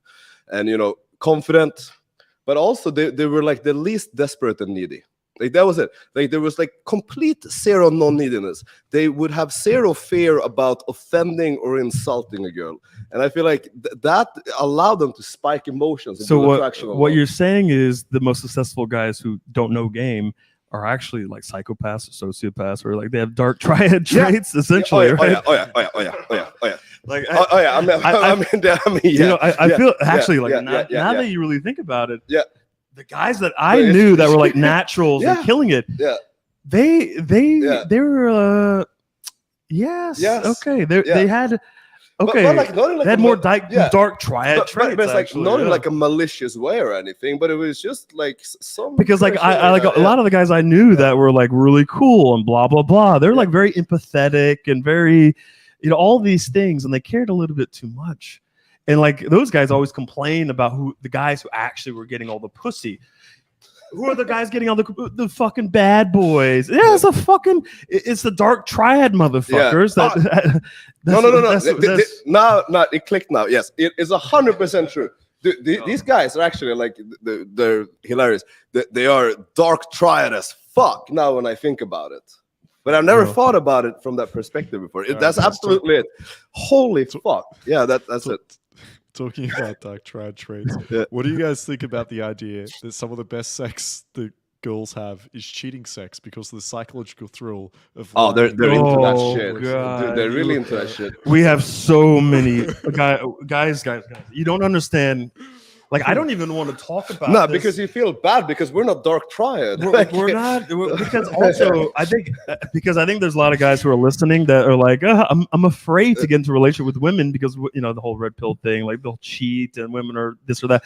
Well, actually, they probably have fantasy. Your girlfriend we have so many stories about women who absolutely do get a thrill from cheating on their boyfriend or the husband, and the kind of the one of the fucked up. I don't even want to talk about this. One of the fucked up parts, like, all right, if you meet a girl who has a husband or a boyfriend, okay, and she's like, I have a boyfriend or girlfriend, and you just happen to get into a little bit of dirty talking, where you're just telling her, like, fuck, imagine your fucking amazing husband sitting at home with his kids, like he's doing everything. He's providing for you. He's like the most perfect guy. He treats you so fucking well. Just imagine him. He's sitting at home while you're on your knees, sucking my fucking dick like a cheating little fucking whore that you are.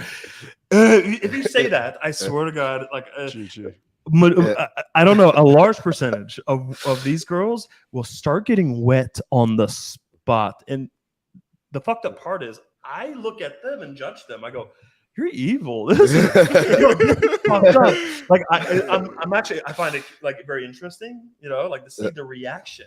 You know, I'm like a scientist. But at the same time, you're like, wow. At the same time, I'm going, women are fucked up. Like, I'm gonna make sure whoever this guy is, I'm not that guy, right? Like my woman, if Mark comes along and he's talking like that, she goes, I fucking love David. Like, I'm going home right now. Okay, like fuck off, right?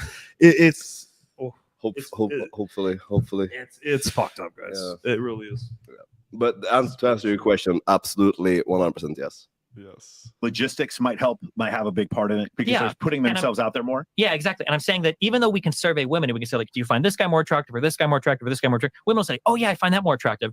And we're very keen to say, like, well, look, they find that more attractive. These are the guys having all the sex. But that's not always this black pill guys. true. It's just the guys that want to have all the sex, right? Like Bill Gates could probably be fucking 100 women a week if he wanted to, but he's probably not, it's right? a confluence of the two things. It is the attractive man who also wants to fuck a lot, and then he's the one with, what was the survey we saw where the top 5% of men had 150 sexual partners or something like that? Yeah, it's the hockey stick. I think that is true, and that number is true. However, that top 5% of men, it didn't necessarily correlate to a trait. It was the top 5% that wanted to fuck a lot of women. It wasn't just the tallest men that were the top 5. It wasn't just the wealthiest. I just see so many guys who want to fuck a lot of women, and they're just bad with women. Yeah, I know, but I also like just more of them. I know, but I know a lot of guys. Fuck, my people on my stream will know this. There are a lot of guys that are. No offense to anybody that might know who we're talking about. There are people that are losers, and they do so well for themselves because they're funny, they're charming, they're witty. They get girls to make them laugh, and they fuck so many women. And these guys don't even have houses half the time. So maybe what that is. Yeah, I wouldn't call them losers. I just say they don't have a lot of money. Yeah. I think. Yeah, exactly. Yeah, it's like. Yeah. But there's a big thing, like the whole. Yeah, there's so much talk about money in this space. Like, I was fucking killing it when I was broke. And the girls don't need to know you're broke. It's not like I go over to them and I say, oh, by the way, hey, I have no money in my bank account. Right? That's not what I do. Right? You don't have your network flashing on your forehead. Like they can't. I'm not wearing fucking, I'm not like looking like I'm homeless. Okay, sometimes I was, but sometimes I just put some fucking nice clothes on, right?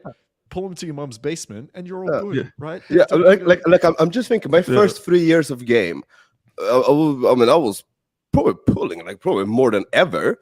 But I was at the brokest and lowest SMV. Yeah. But if you put our lay counts like in the categories about how much money we've made, I mean, most of our lays would be under. We'd be either broke or poverty level. I mean, actually, I think I had the highest lay rate at poverty level. Yeah, probably. I mean, actually, thing.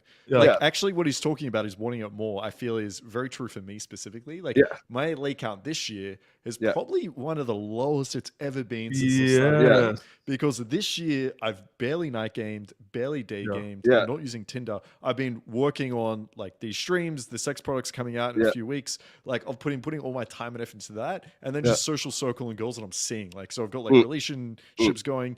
And my lay count this year is probably like the lowest, and I agree. It's probably because I'm not really wanting it, right? I'm just but you know the interesting thing is, so if we take like Budapest 2018, all of us were pulling every single night, multiple times per night.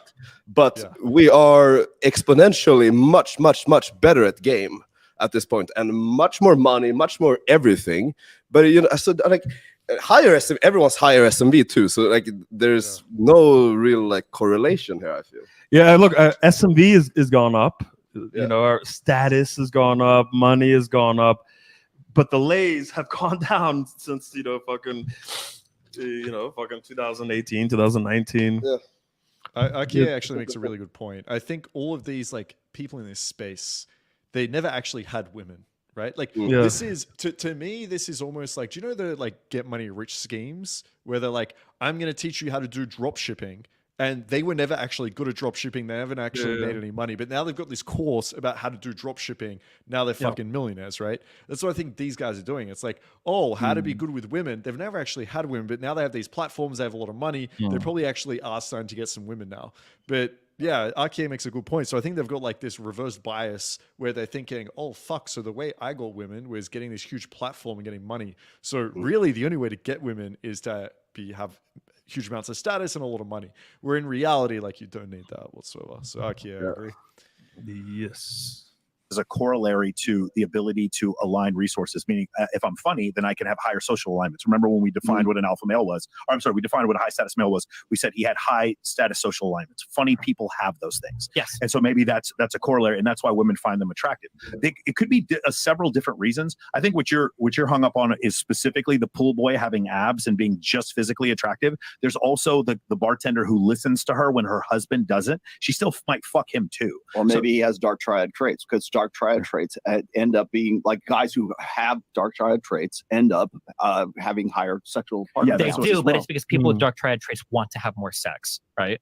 That's the issue, is they tend to chase it. But if you chase it more, only works one way. So, like, why is it that women find dark triad traits attractive in the first I place? don't think women generally find dark triad traits. Are you familiar with the study they did where they described like the tennis player and they ask women? There's a really famous one. They ask women if they find him more or less attractive, and basically, fuck, I should have brought this one with me. But basically, there's I have one here, but go ahead. Sure, there's a whole list of like they describe a tennis player, and then in one they list like very domineering, very dominant traits, and then the other they don't. They list more kind of like submissive traits, and they ask the women who's more attractive, and all the women go towards the domineering one in the study generally. But then when they rerun the study and they just list like the first 3 sentences and they don't have any of the dominant or submissive things, women just go with the first guy, which was interesting because they didn't consider that. Yeah, so I'll need to look at this study specifically, but all the studies I looked at on dominance, there was a truth to all of them. So if you asked a girl, do you want a dominant guy? So in this example, for example, the tennis player, if you start naming like domineering or dominant, a lot of girls actually don't find that attractive. And I think we find this in Night Game, right? If we say you want a dominant guy, there's a certain percentage of girls that are like, no. Because you misunderstand the word. Yeah. Exactly. And then what do we do, right? We reframe it and we say, oh, well, what about a guy that's like a leader? He knows what he wants. He's able to... And then all the women say yes. And so they actually did a study after this and they changed the wording. So they didn't use the word dominant, but they started to describe what dominant was. So when it's like leading and all those things that we just named, and then they did actually pick that guy. So there is a, you need to be really careful here with the wording. So we were ahead of the interpreting this as, oh, you prefer a man over a dominant man, which I think a lot of girls would say. But if you say, would you like a normal guy over someone that is a leader, knows what he wants, commands a lot of respect from other men, knows what he's doing in bed, can then obviously, we don't need a fucking study even to tell us this. Obviously, all women are going to say yes. So I think you just got to be really careful with the wording. When women hear dominant and domineering, what they're picturing is like someone that is just abusive, fucking arrogant. Exactly. 100%, yeah. It would be so easy if you could just say like, "Hey, I could tell you like a dark triad guy." They're like, "Oh my god, yes." Yeah. And actually, that's a good point. If you actually asked a girl, like, there's going to be certain words that are going to trigger them, but certain behaviors that they actually really like. So I'll have a look at this study later, specifically the one he's talking about. But that's what I found in my research on like dominance. Yeah, this isn't the one I wasn't looking at. Wait, just so I understand this, so I can make sure I'm. Ashley, ironically, Destiny is bisexual in an open relationship where his wife goes with other guys. Also, his wife hit him up via DMs because he was a famous Twitch streamer. Yeah, I mean, dude, I hear so much stuff about like his open relationship. The thing is, like, I'm in the same types of open relationships. Like, my girls are allowed to go fuck other guys if they want, right? Often they don't want to, but it's the option. Like, what I'm basically saying is, like, if you guys want to get in an open relationship where the girl can fuck other guys, there's no problem with that. Like, this guy's got a hot Swedish wife and he's fucking other girls. Like, I don't see how that is a problem or anything that's negative. Yeah, I think we could... we could disagree with the type of arrangement he has, right? Like you could have a debate about that, but I'm thinking like just off of watching him, listening to him, his behavior, all this shit. Like the question is like, could he fuck women? Like let's say forget about it. He didn't have a wife and all this shit. Like he's just him where he is now. I don't know how he was before he became famous. I have no fucking clue. He probably built up a lot of confidence in blah blah blah, and being a fucking famous streamer and all that and wealthy probably helps quite a bit develop like who you are. But it's like, could Destiny right now, wherever he is right now, pick up girls and fuck a lot of girls? I think yes. Just from like listening to him and hearing him and everything. I think yes. Like would maybe we all agree with the type of arrangement he has with his wife? We all could fucking call him cuck, or if we want to. We don't know like how the dynamic really is. I think it depends so much on like where it's coming from, right? If he's like actually like all for it, then like okay, cool. But if it feels like he was like kind of pressured or like fucking into this frame, then that's a problem. Yeah. So I mean that's a very good point. From what I've heard, like someone can send me clips. From what I've heard, it was he wanted like a fucking open relationship and he wants to fuck other women. Yeah, I mean, look, like, he's probably. I mean, he's just a fucking degenerate, I think, and that's Yeah. fine if you want to be a degenerate. That's Yeah, of course. But if you're the type of guy that is being forced into an open relationship, Yeah. you're not actually fucking other women, and your wife is going Oh, on a that's fucking that's bad. that's bad. And that's what I'm. different. Yeah, I'm not. I don't think that's the case with him. I just my gut is telling me. That's Look, I think he's a famous streamer. He's kind of more far left and sort of a little bit more degenerate, which is fine. Yeah.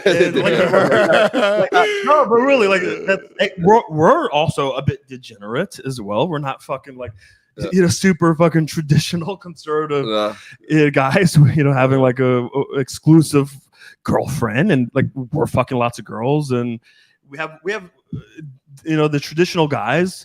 The ultra traditional guy will look at us and go, "We're degenerate," but we look at him and go, "You're a bit more degenerate than us with your like cuck marriage." So I think it's like we have to be kind of fair, and I have to kind of judge him based on what I see, just my judgment, on fucking like coaching lots of fucking men, and say, I think he has options, and I think he could fuck a lot of girls. I don't know what the dynamic truly is, and if it's exactly what he wants, and if it's very healthy, I have no fucking idea. But we could just say that I think he could fuck a lot of girls and do pretty decently where he is right now. I'm just defending him because it's not long before I have 3 Swedish wives, and they're probably all going to be fucking other dudes. Nah, so I just put it out there. I think it's like like having look, if you have a rotation of girls, you have six main girls, and you're like, whatever, to go do whatever you want, right? Okay, I think that's different, right? Because I think innately we don't give a fuck. We're just like we're not affected. And also we're also to a level, a lot of our girls don't want to fuck other guys. So we just have this confidence that you're not gonna want to go. You don't want to leave us for another guy. And okay? Also, if you try to push them to do it, then they're actually far less likely to actually do it. I think where we're coming from is a different place. Because look, I'm doing what I'm going to say with, let's say, like main girls or rotation girls is, yeah, do whatever you want. It's like, hey, you want to go fuck this guy who's lower than me? Then go ahead. The girls are like, no, I don't want to.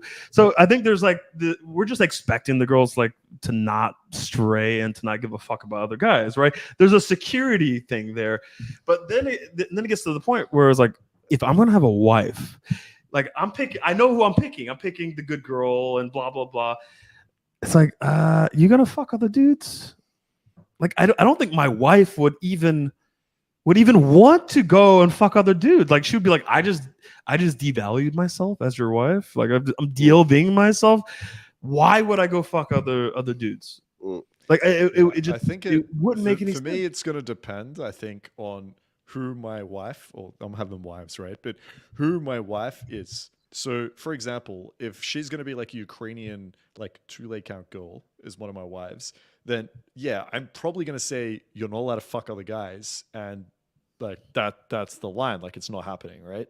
But if I was to have as one of my wives, and I know you guys will disagree with this, 100 leg count Swedish girl that's like super open and like just a fucking ton of fun, then I'm probably not going to sit here and be like, you're not allowed to go see any of the dudes. I'm going to be like, you want to go fuck other guys? Go fuck other guys. So for me, it's going to depend on like the type of relationship I have and the type of girl that I have. Because if I've got like this fun 100 leg count crazy Swedish girl, then I probably wouldn't want her to be the good girl. I probably wouldn't want her to be like, okay, yeah, look, I'm not going to see any of the guys. And that's probably not what I want from her as that wife. So I think it just depends on like what I'm looking for from the girl and what type of girl I've actually got. I understand that, but yes, you want her to be who she is, but maybe can it not include? Can you go back?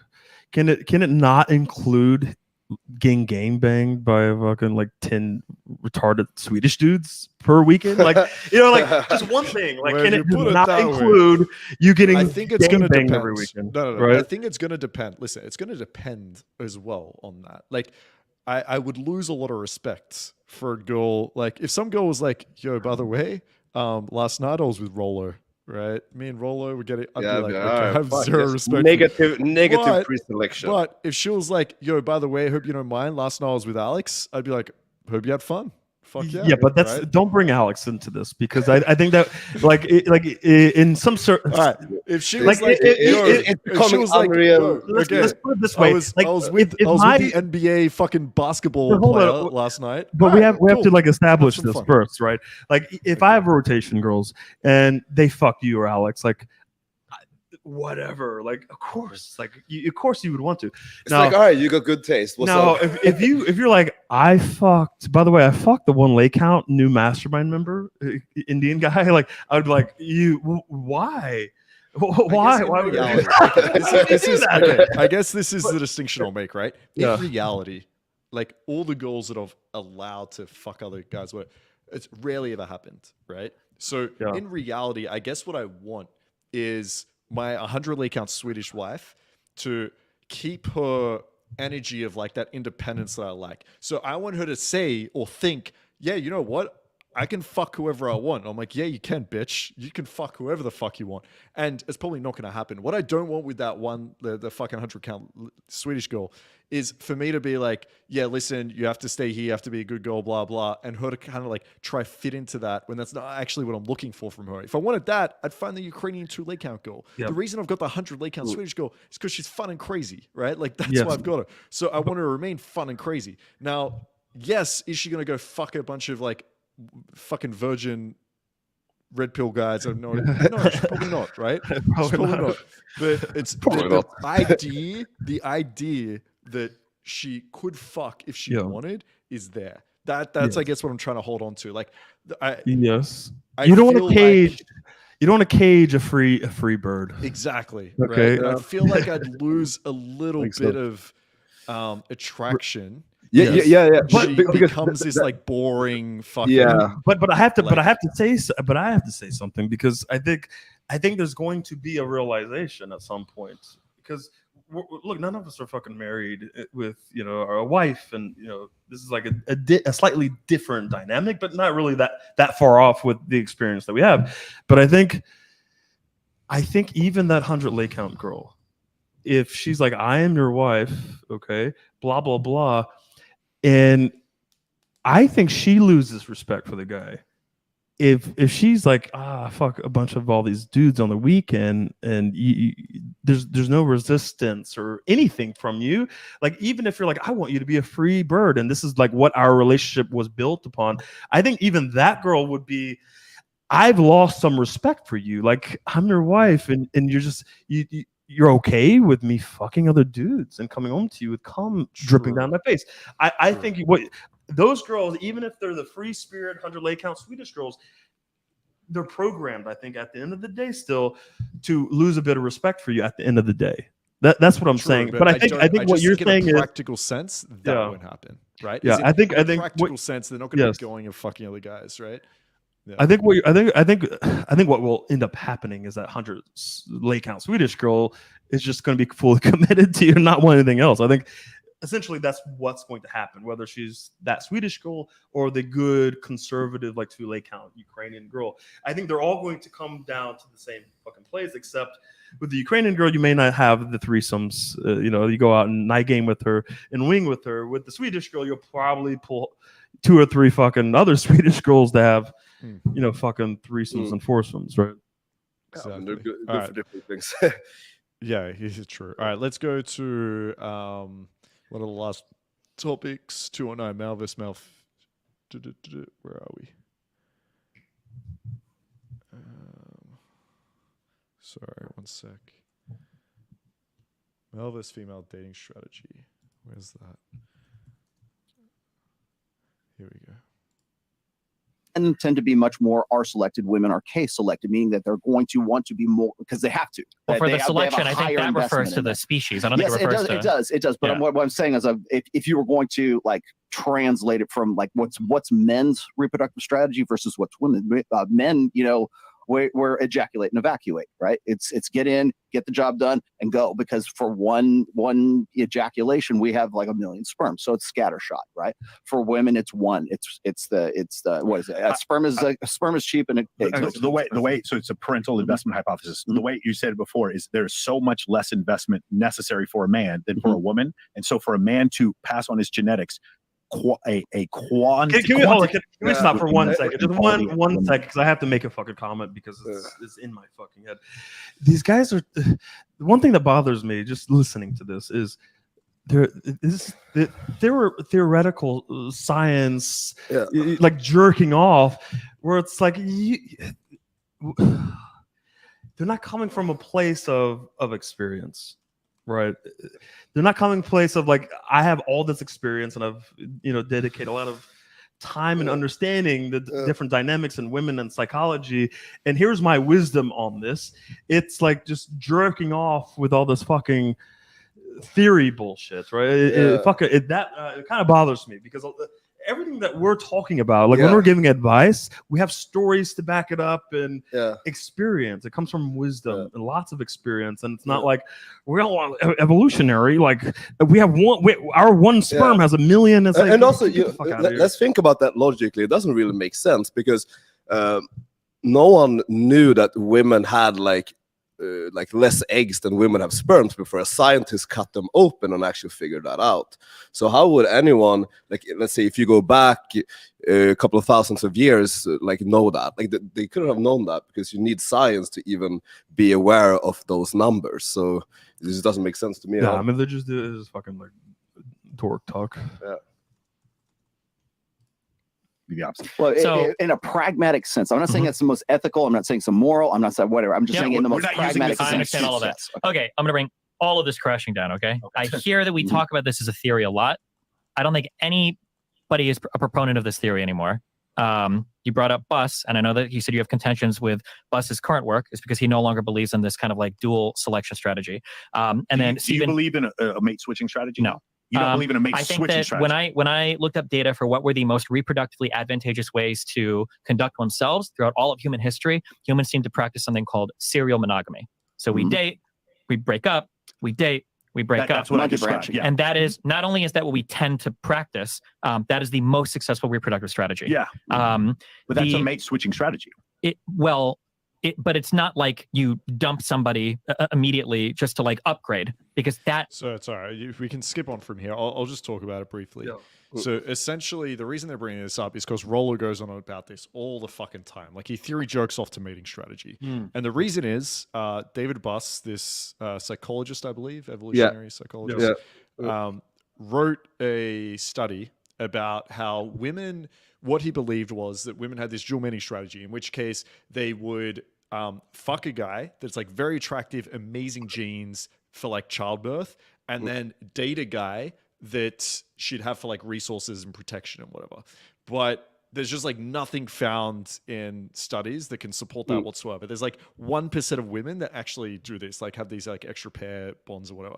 So he then wrote another study years later where he said, okay, that's wrong. I couldn't find anything to support that. It wasn't replicable. It doesn't work. What I think now is the case is that women get with a man and then they use this strategy where during the relationship, and I think we'd probably agree with this, during the relationship, they continue to weigh up their value compared to the guy.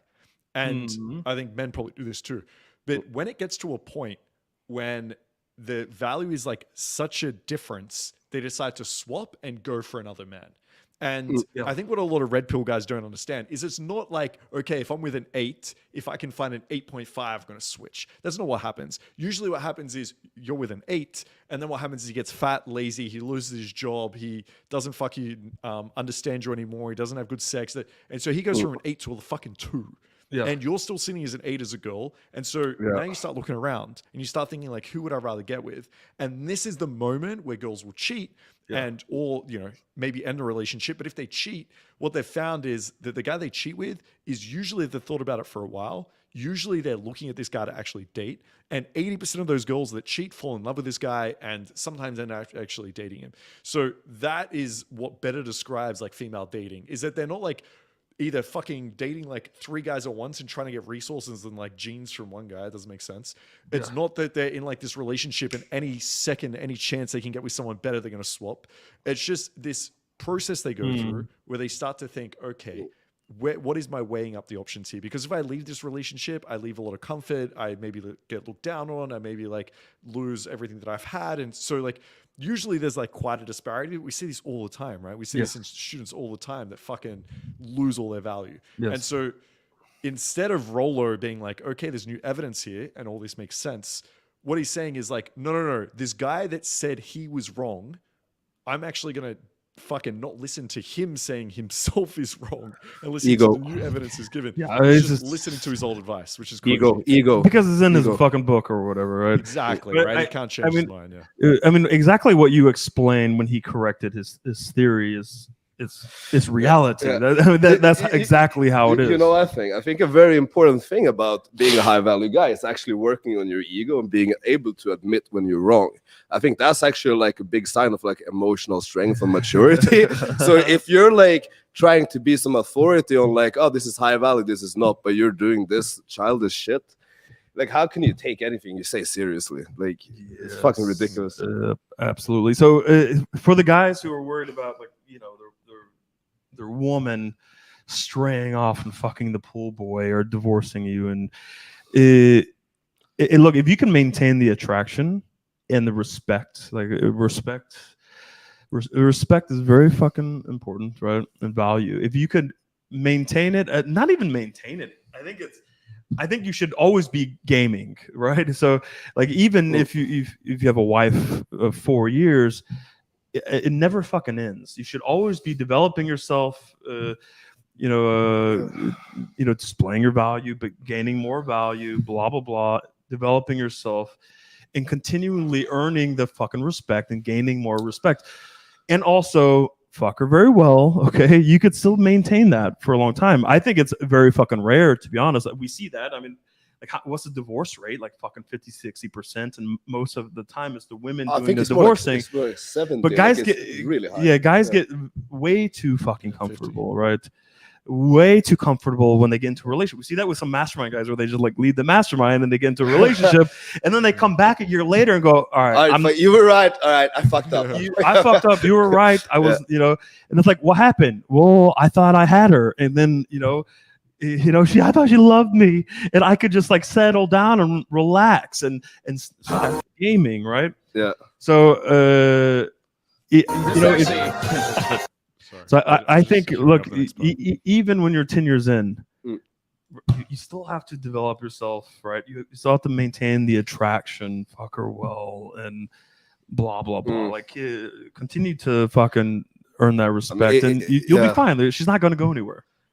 But I'm sorry, but look, I still think just from meeting men, talking to lots of men, I still think that is like a top. There's a top. I don't know what to put it. Top 1%, top 10%. I don't think there's very many guys that can really create that dynamic to the degree that I have standards for. Let's say, right? I think it's very fucking rare. But you know what? You guys are listening. You have that opportunity now, right? Yeah. Don't make these mistakes. True that. All right. Last point. And then depending on the time, we might open it up to a Q&A at the end. Yeah. The last point, they're talking about divorce and who actually is better off in divorce, men or women. Okay. That's Destiny, of course, the contrarian with the divorce. So you argue that divorce actually helps men more. Statistically, yes. Okay. All right. I'll turn it to you guys. Do you guys agree with that sentiment? Do you rebut that sentiment? I heard you guys argue about this before. And so the fact that in the rebuke or the number one refutation, not one number one, but one of them would be the nine times self-deletion rate that would happen for men. And that happens in a lot of cases because the man is zeroed out financially after the divorce. And part of that zeroing out can come because of the divorce. Is it 9 times? Can I say the word? Do I really have to say deletion? Say EPAR. You could say suicide is fine. Yeah. Okay. If you say like less than 10 times, we'll be all right. Okay, gotcha. When we say that men are 9 times more likely to commit suicide, what is that in comparison to? the general population. I believe it's wins against replacement. It's like, well, because I'm curious, because like aren't men already like, is it 5 times more likely to commit suicide than women? It's anywhere between 4, because if you're looking at like young men, it's like 4 times. Yeah, so in that case, it's really only 2 times more likely then, right? But these are 2 different groups, right? 2 different groups. This is the group of men in general, and then the group of men who are divorced. Yeah, and so that's different from what you're talking about. Those men who are likely to commit suicide. I was in the military. Some guy commits suicide every 22 minutes, something like that. It was our attempt suicide. The difference is that is a younger unmarried man, a man who has been married and is divorced, is over the age of 40 and has lost all of his money, is far more likely to commit suicide. So let's extrapolate. Is it because of loss of money, or is it because of loneliness? Because I think suicide is massively overrepresented in older cohorts. So the thing is, it's the ability to start over and then to garner those resources, that sexual abundance, that financial abundance again. That would be the reason. And let's extrapolate. If it's 9 times more likely for them to commit self-deletion, then what about the ones that don't even attempt it but are still in like well, so the despair? question is, how are you losing everything in a divorce? What does that mean? What does that look like? Not losing everything, but like to lose everything is one of the reasons why they would be more likely. Yeah, but I'm trying to think of how do you lose everything in a divorce? Like worst case, you're losing 50% of it. I'm sorry, let's go backwards. Okay. They lose everything, which is a leading cause for their wives to them leave them. Sure. And so now what's happened is we've compounded the fact that the subprime mortgage crisis, or the Corona crash, or the crash of the invasion of Ukraine, those 3 crashes that have happened in the last 20 years. Then there's also flash. Yeah, I understand that. Yeah. And if that's how you're presenting, I can agree with it. But like my guess is going to be that like the suicide rate probably dramatically increases when children stop talking to their parents. But is it because they're making them kill themselves, or is it because parents have alienated themselves from their kids? But not to 8 times the amount. Well, I don't know. I don't know if there's research on that. Just curious, what is the year for this study? What is the population group that is studying? You would know. I don't. Because I hear this one brought up a lot, but I should have looked this up. I mean, there's you can Google it right now. There are dozens of. Jamie, can we? Okay, that's Chris. Yeah, no, Chris. What do you want to Google in particular? Yeah, I'm curious. I'd like to see what population that's studying. Yeah. So there's the first of all, it's the average suicide rate. It's Journal of Men's Health. Hold on. Tori sent me this, by the way. Okay. Hold on. Just keep talking.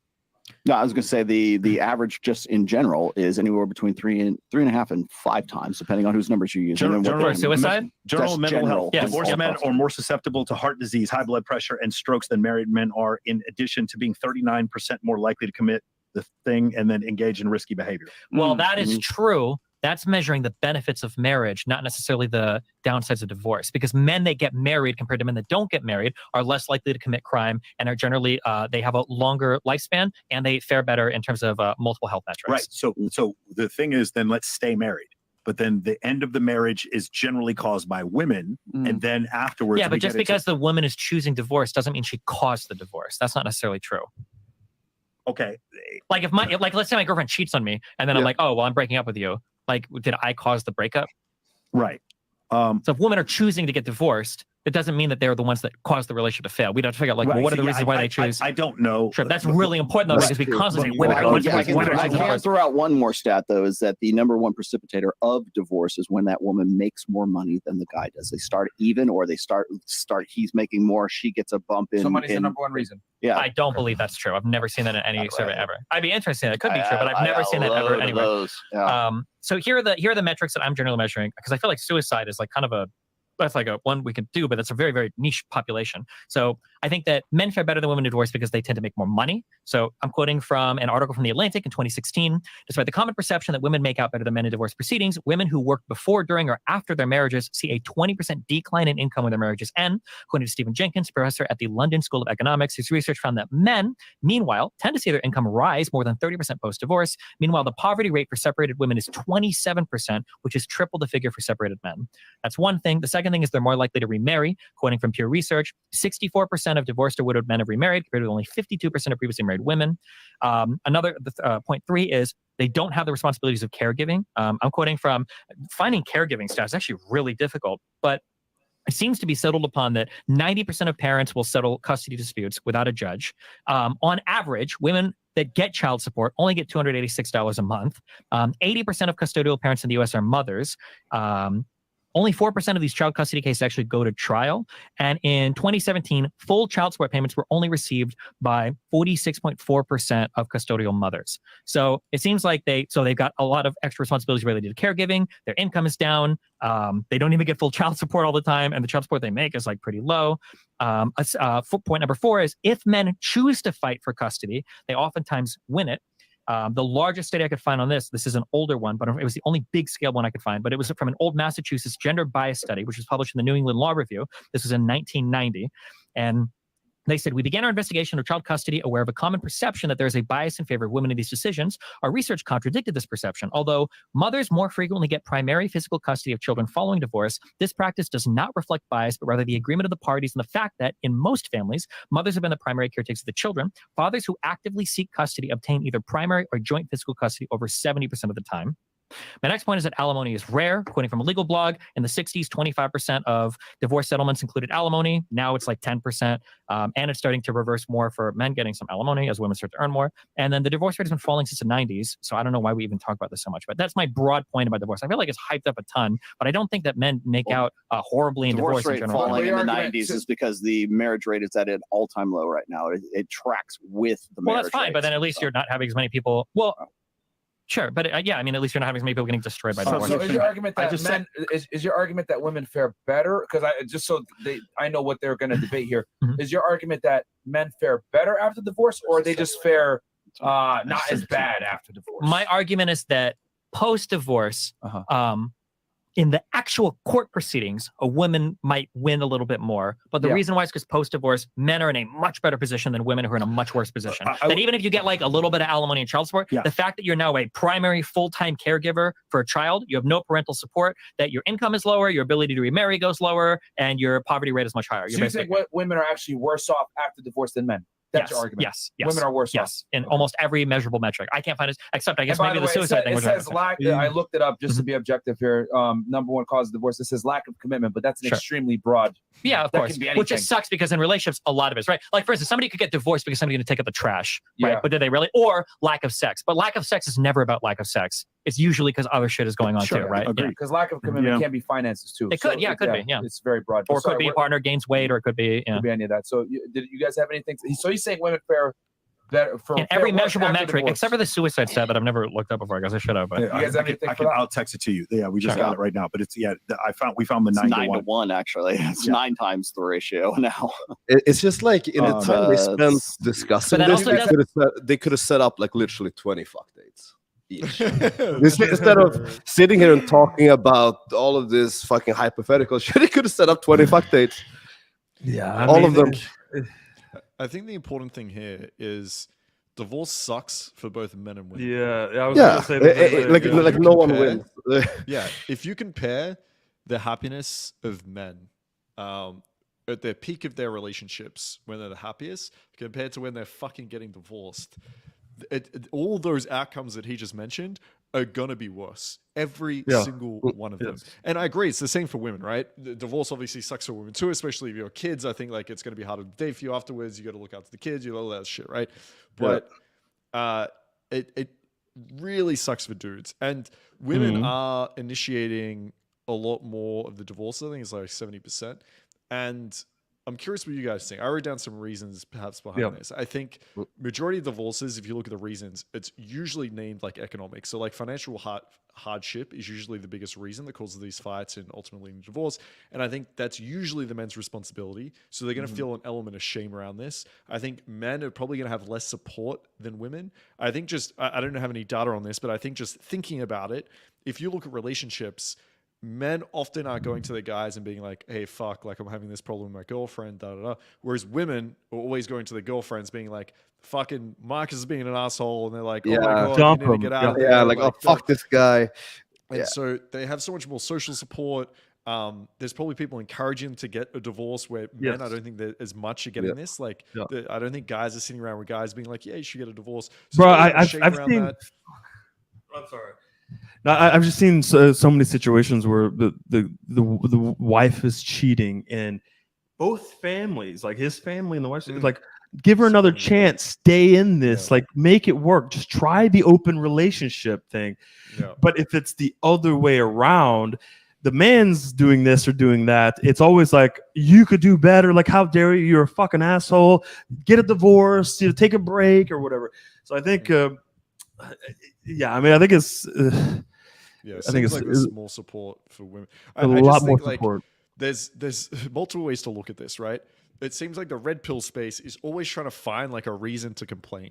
And so they make it out like women are fucking like trying to get into your life, get a marriage so they can take all your like shit is like the plan that women have. It's not. What typically is happening is you're getting in relationships. As a guy, you're becoming lazy, you're fucking up, you're not going to the gym anymore, you're not working on your job anymore, shit like that. That, in essence, you have a relationship breakdown. It sucks for you. It sucks for her. It might suck for her a little bit more according to these stats, but it's awful. So it's like, how do we fix this, right? What do we do to actually improve this? And it's all the things we spoke about earlier. It's like actually getting to a point where you are, whatever you want to call it, like high value man, where you actually up all these skills. You actually learn how to have a relationship. You know what you're looking for. You have a healthy relationship with a girl. You continue to work on yourself so you don't have that value gap and you don't have these divorces that are happening or like breakdowns of relationships. I think that's what you take from this. I think sitting there as a red pillar and arguing like who gets dicked more, like men or women, pointless. I think look, the man's response should be, I'm going to take responsibility, right? Instead of like complaining that women are evil and blah blah blah. But look, another thing I've read a lot of stories about divorce and like thousands of stories. Like when the woman is like introducing this open marriage thing, right? They're doing this thinking like, I don't give a fuck like what he does, but I don't think he could really pull. I don't think he could pull. Okay, I don't think he could really pull and close like on it at all or on any kind of meaningful level. She knows that she already has a bunch of guys lined up and she could get more guys. So she has unlimited options before she even really gets started. But what I've heard, what I've noticed from all these stories, when the guy actually goes, fuck, okay, I don't want to do this open relationship, and they give in eventually, which guys don't do. If the fucking girl like brings up open relationship, just end it and walk away. Even if you're married, divorce, go work on yourself, join the mastermind, okay? Develop some skills, learn some game. But when the guy actually goes, fuck, okay, I guess I'll do this open relationship, and he starts pulling bitches, right? It's like, I'm pulling girls now, and he's fucking all these girls, and now the girls are maybe his side girls. He's spending a lot more time with them. She can't keep up. And now the side girls are like, I want to spend more time with you. I'm going to love you like she can't and respect you more. And the fucking wife sees that shit. You know what she does? I want to close this fucking relationship immediately. All of a sudden, you display options in pre-selection. All of a sudden, the girl goes, I love you so much. We should have never done this before, right? So it's like, you know what? Maybe you need it. Maybe from the start, you needed to display your options a little bit better, right? Yeah. Like fucking Patricia O'Neill talks about like always show your wife or your girl that you could pull bitches, right? And it's like fucking, it's such a good fucking point. Like even if you're at the fucking cafe and you got the barista, run a little game, get her giggling a little bit, right? Yeah. Like your girl needs to stand there and go, fuck, if he wanted to, he could pull this fucking barista. She's 21 and I'm like 32 now, you know? Like the girl needs to realize you have game, you have options, you could fucking pull girls. And you've always been able to, like you started the relationship with a 20 girl fucking rotation. She's out of work to be the main girl and then the girlfriend and then the wife. She knows you have the ability to fucking pull girls. You have the options. Yeah. But like if you're starting this relationship, you're the only one I love, and I would never. She's thinking like you're the provider, nice guy who can't get bitches. But hey, you know what? You could provide, and you're a nice guy. You're a safe bet. Like you don't want to start off like that. Like you want the girl even throughout the relationship and the marriage to be on her fucking toes a little bit, right? We gotta throw some pre-selection every now and then. Is very important. Yeah. I'm going to be always talking about like adding new wives. Like I'm always going to be like if I have one wife, you know, maybe I don't know. I'm probably going to have like 3 wives, maybe. But if I'm going to have like one wife, look, I'm always going to be like listen, we're gaming. We're going out and it's a fucking game, so you could see that I still have it, right? Yeah. I'm still gonna pull some girls, but it's very easy to demonstrate. It's just like you go to Starbucks, you do like a quick emotional spike on the barista. That's all you need. Like you don't need to do anything I do this special. with like the rotation girls, and they're like, you know her? Did you fuck her before? I go, Yeah. I've never met this girl before. Yeah. But she was like so smiling But and like compliant. You know, and, I get that from students too. When we're like, maybe we're out like day gaming or something, and I do like a quick like comment to a girl, and she's like giggling and shit. They're always like, "Did you know her?" I'm like, "Nope." No, but the girls, like you know, like the one of my girls like talked to you about this. Yeah. She was like, he's like everywhere we go, it doesn't matter like the coffee shop or even the gas station or whatever. It's like all the girls really love David. Like is he like, does he know all these girls? I was like, no, I don't know these girls at all. Like you just turn on the charm a little bit. I told her something like, yeah, I mean, dude, that's what he does. You got to fucking hold on tight, or you know, something's gonna happen. Yeah, and the look on her eyes, like her eyes, just panic. Her eyes like her eyes fucking like widen and go, fuck, like okay, this guy can actually fucking pull. You see this? Ever since David shed those pounds, he has become so sexy. Yeah, bro, well, he always had the sexual charisma. That's a subcom thing. Yeah, that's probably the most amazing. I forgot how fat I was. like my confidence and mental state. I was always shredded in like 210 or 200 pounds. Like in my mind, when I'm gaming a girl, I never thought I was a fat guy. You know, like I look in the mirror and I never saw a really fat guy. That's the fucked up part. But now that I'm shedding all the pounds, you're like, holy fuck! How the fuck did I do it all these years? Yeah, like it's insane. It really is. Like, yeah, I don't know. It's but how like, the fuck did I do it? What difference do you notice just from like, you know, interacting or like you just walking through the mall and shit? What do you notice? I think the biggest thing is initial attraction and initial compliance, right? It's like, you know, like I had to come with something to build some sort of attraction. Now you don't need to do that as much. It's like I come in, it's like, okay, like a fat guy, but then they go, oh, 5 seconds, 10 seconds, 30 seconds in, it's like, oh my, he's confident. He's very assertive. And the girl goes, oh, what the fuck? Like, this guy fucks. How does he fuck? And then they forget that I'm fat. Okay. A lot of girls will forget that I'm fat, you know? So I have to like go in and fucking build this up. And they have to kind of slowly forget a little bit that I'm a fat guy. But now it's like you come in, now you have the subcoms and the confidence and everything. And you just immediately with a lot of girls, you just have attraction, some level of attraction from the start with certain women. It depends, but you get a lot more of it. So you have more initial compliance when you start talking to the girls. So now you have higher SMV, you have the initial attraction and compliance, and then you come with the game, the confidence, the assertiveness, fucking, you know, your genius and your wisdom and all these fucking traits. And you just overwhelm the girl, and now it's really fucking easy. Before you have to go boom, boom. I have to be on point with my game, and now it's a little bit easier, right? Yeah. And I'm beginning to see that the more I get into shape, it's almost it's nice, but it's kind of depressing at the same fucking time because I'm like I kind of enjoyed having to be the underdog and going in to build this shit, to fuck the girl, and for girls to go like hot. Like I remember hot Irish girl, like super hot Irish girl. Remember that in Sydney, and like fucking, you know, boom boom boom. I fuck her, and the first thing she says to me, like after I fuck, we lay down, she goes, "How are you so confident?" Like I know what she meant by that, right? Yeah, like how are you so confident while being fat? Yes, it was a backhanded compliment, and I understood what she meant. I saw you, and I immediately thought, okay, you're going to be like all these other fat guys, okay, and old guys, right? She was 18, super hot Irish girl, but she's like wrapping her head around, I really wanted to fuck this guy, and he just fucked me, and he just fucked me like he fucks hot 18-year-olds.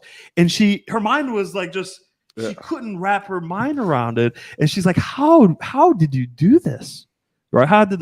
It's a backhanded compliment, but it's also like, it's nice at the same time. Apart from the initial attraction, at the end of the day, do you notice a big difference? Apart from the initial attraction, nah. I mean, are you a little bit disappointed with how little difference it is? Yes, in a way. Yeah. Actually, I'm so disappointed. It's like I lose 100 pounds. Like this is the main fucking difference, right? Yeah, like but you know what it does? It now motivates me to not just like lose weight or to get down to 195 pounds. Now I'm like, you know what? I need to get ripped and jacked to really make a huge fucking difference, right? To see that huge fucking that's difference. The next step. That's the next step. So now it's like fuck losing weight. It's time to get it's time to get fucking jacked. It's like a whole nother fucking level. Straight up. I feel like I get to that point and things just get harder. It's like fuck. Now I should have stayed. I should have stayed at least at 260 or something, right? We'll see. We just gain weight again. Okay. Do we have any questions, Mark? Yeah, if anyone's got any questions, type them up. If you want to have a chat, then I've put the link in the chat a couple of times. You can click there, join us. We'll probably go for like 10, 15 minutes more. So if you have any questions, let us know. I heard David used to eat so much pussy. Yeah, to include it in his macro.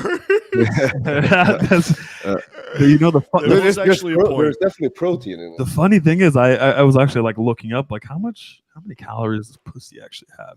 Because I don't want to what if you ate so much like you lost your calorie deficit? Yes, like I need to track this as well. Yeah.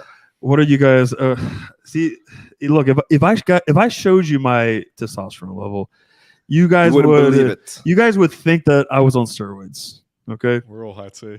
You guys think my testosterone was like 3.6 times that of the average man. That was when I was 320 fat. I was like 320 pounds. So look, if you join the mastermind, I talk about like how you can increase your testosterone more naturally and with actually not even supplements. Pussy juice helps. Like pussy helps, and I'm not going to give away the secrets, but there are some things you can do to increase your testosterone. Just join the mastermind and ask. Yeah, that helps. I mean, just joining the mastermind is like, because they made studies on this. Every time you have like a victory, you spike your dopamine, you spike your testosterone, right? So, but joining the mastermind is a victory. Okay, so that increases. Yeah, 200 points immediately because like every single fucking little letter in your like genetic code knows that you're about to fuck hundreds of girls. It's preparing you. It's going to increase your T, obviously. So what are your guys' beliefs on God and religion? Ooh. I have zero. I'm a full-on atheist. I'm Swedish. We're all atheists. So that's simple. See, this is very complicated. And I think it's complicated for me and Mark as well. I think for me, it's very simple. He's Swedish. Yeah, I'm Swedish. We don't have any fucking... We have nothing. Listen. Me and Swift are on the road to enlightenment. Okay. Yes. So I feel like I'm very close, to be honest. When I see Mark in person, I think we're going to kind of connect spiritually, and it's going to vibrate. We're going to guide each other to enlightenment because I think we're very close. But my entire life, like growing up, I grew up in like very religious areas like Texas and the South and Italy and so forth, but I've always been completely 100% atheist since I was a child. Right now, if we've experienced certain spiritual things that made us question that a little bit. Now, I'm not like a Christian, or I believe in some sort of theist God. But there's some questionable things about what happens in the afterlife and what God is. It's fucking complicated, but I think we're still on that journey. So it's very difficult to answer that right now. Right. Yep. But we'll let you know once we're enlightened, and we're almost there. We have some beliefs and theories that we're working on right now. Yeah. Would it be accurate to say Swift's game is trying to get to the topic into orgasm as fast as possible so he can sexually de-free from that? Yes, that is accurate, but it's also simplifying it to a degree where it doesn't he's doing a lot of other things as well that doesn't get the attention that it deserves if you try to simplify it to that. Because like I'm focusing on displaying a lot of things before getting to that point, right? Yeah. So through a lot through subcoms and the way you talk and the topics you talk about. You're creating this picture that every girl is attracted to, essentially. And then when you get to like the orgasm part, that's just another part. She's not going, oh my god, 30 orgasms. Okay, now like I see you as someone that I could potentially fuck, right? But you're also reading and observing a lot. Yes. So it's a lot more complicated. Different tonalities at different moments. I mean, there's a lot of stuff.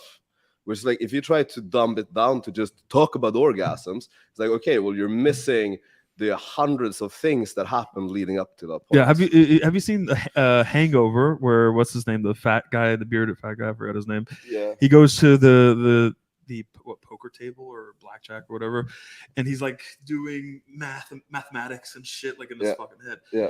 A lot of my interactions when I'm in the interaction, I have a lot of like displaying this.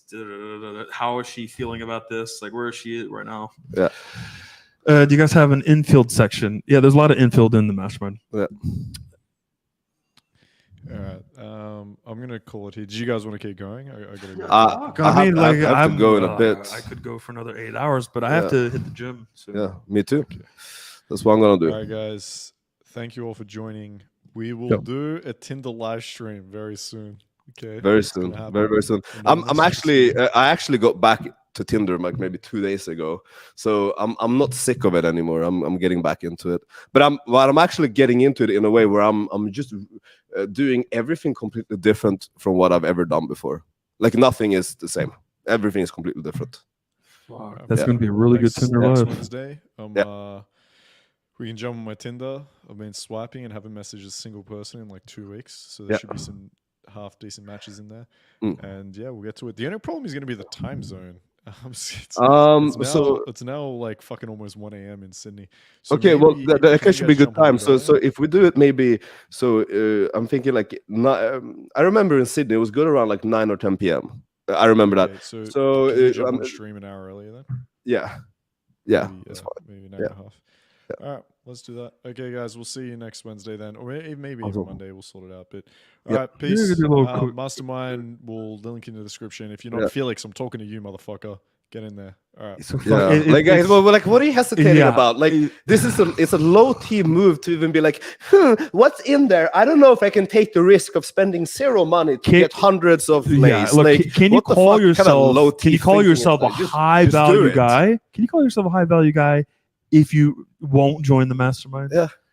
I don't think so. I don't know. I think that would be considered like the lack of being resourceful. Bill Gates is low value only because he's not in the Mastermind. Yeah, I think he wouldn't have gotten divorced if he was. Yeah, exactly. It is that simple. There's like, no argument. Dude, it's like 2 free week trial. I think what they're afraid of, like before you go to sleep, Mark, they're afraid that they're going to get hooked.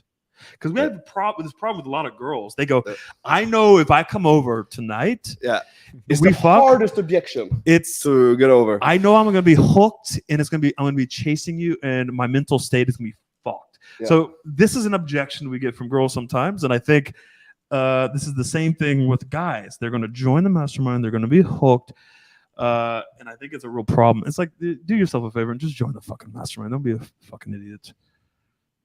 Yeah, simple as that. Yeah, don't be a retard. Sure. Okay. All right, guys. Peace. Bye-bye. See ya. All right, see you.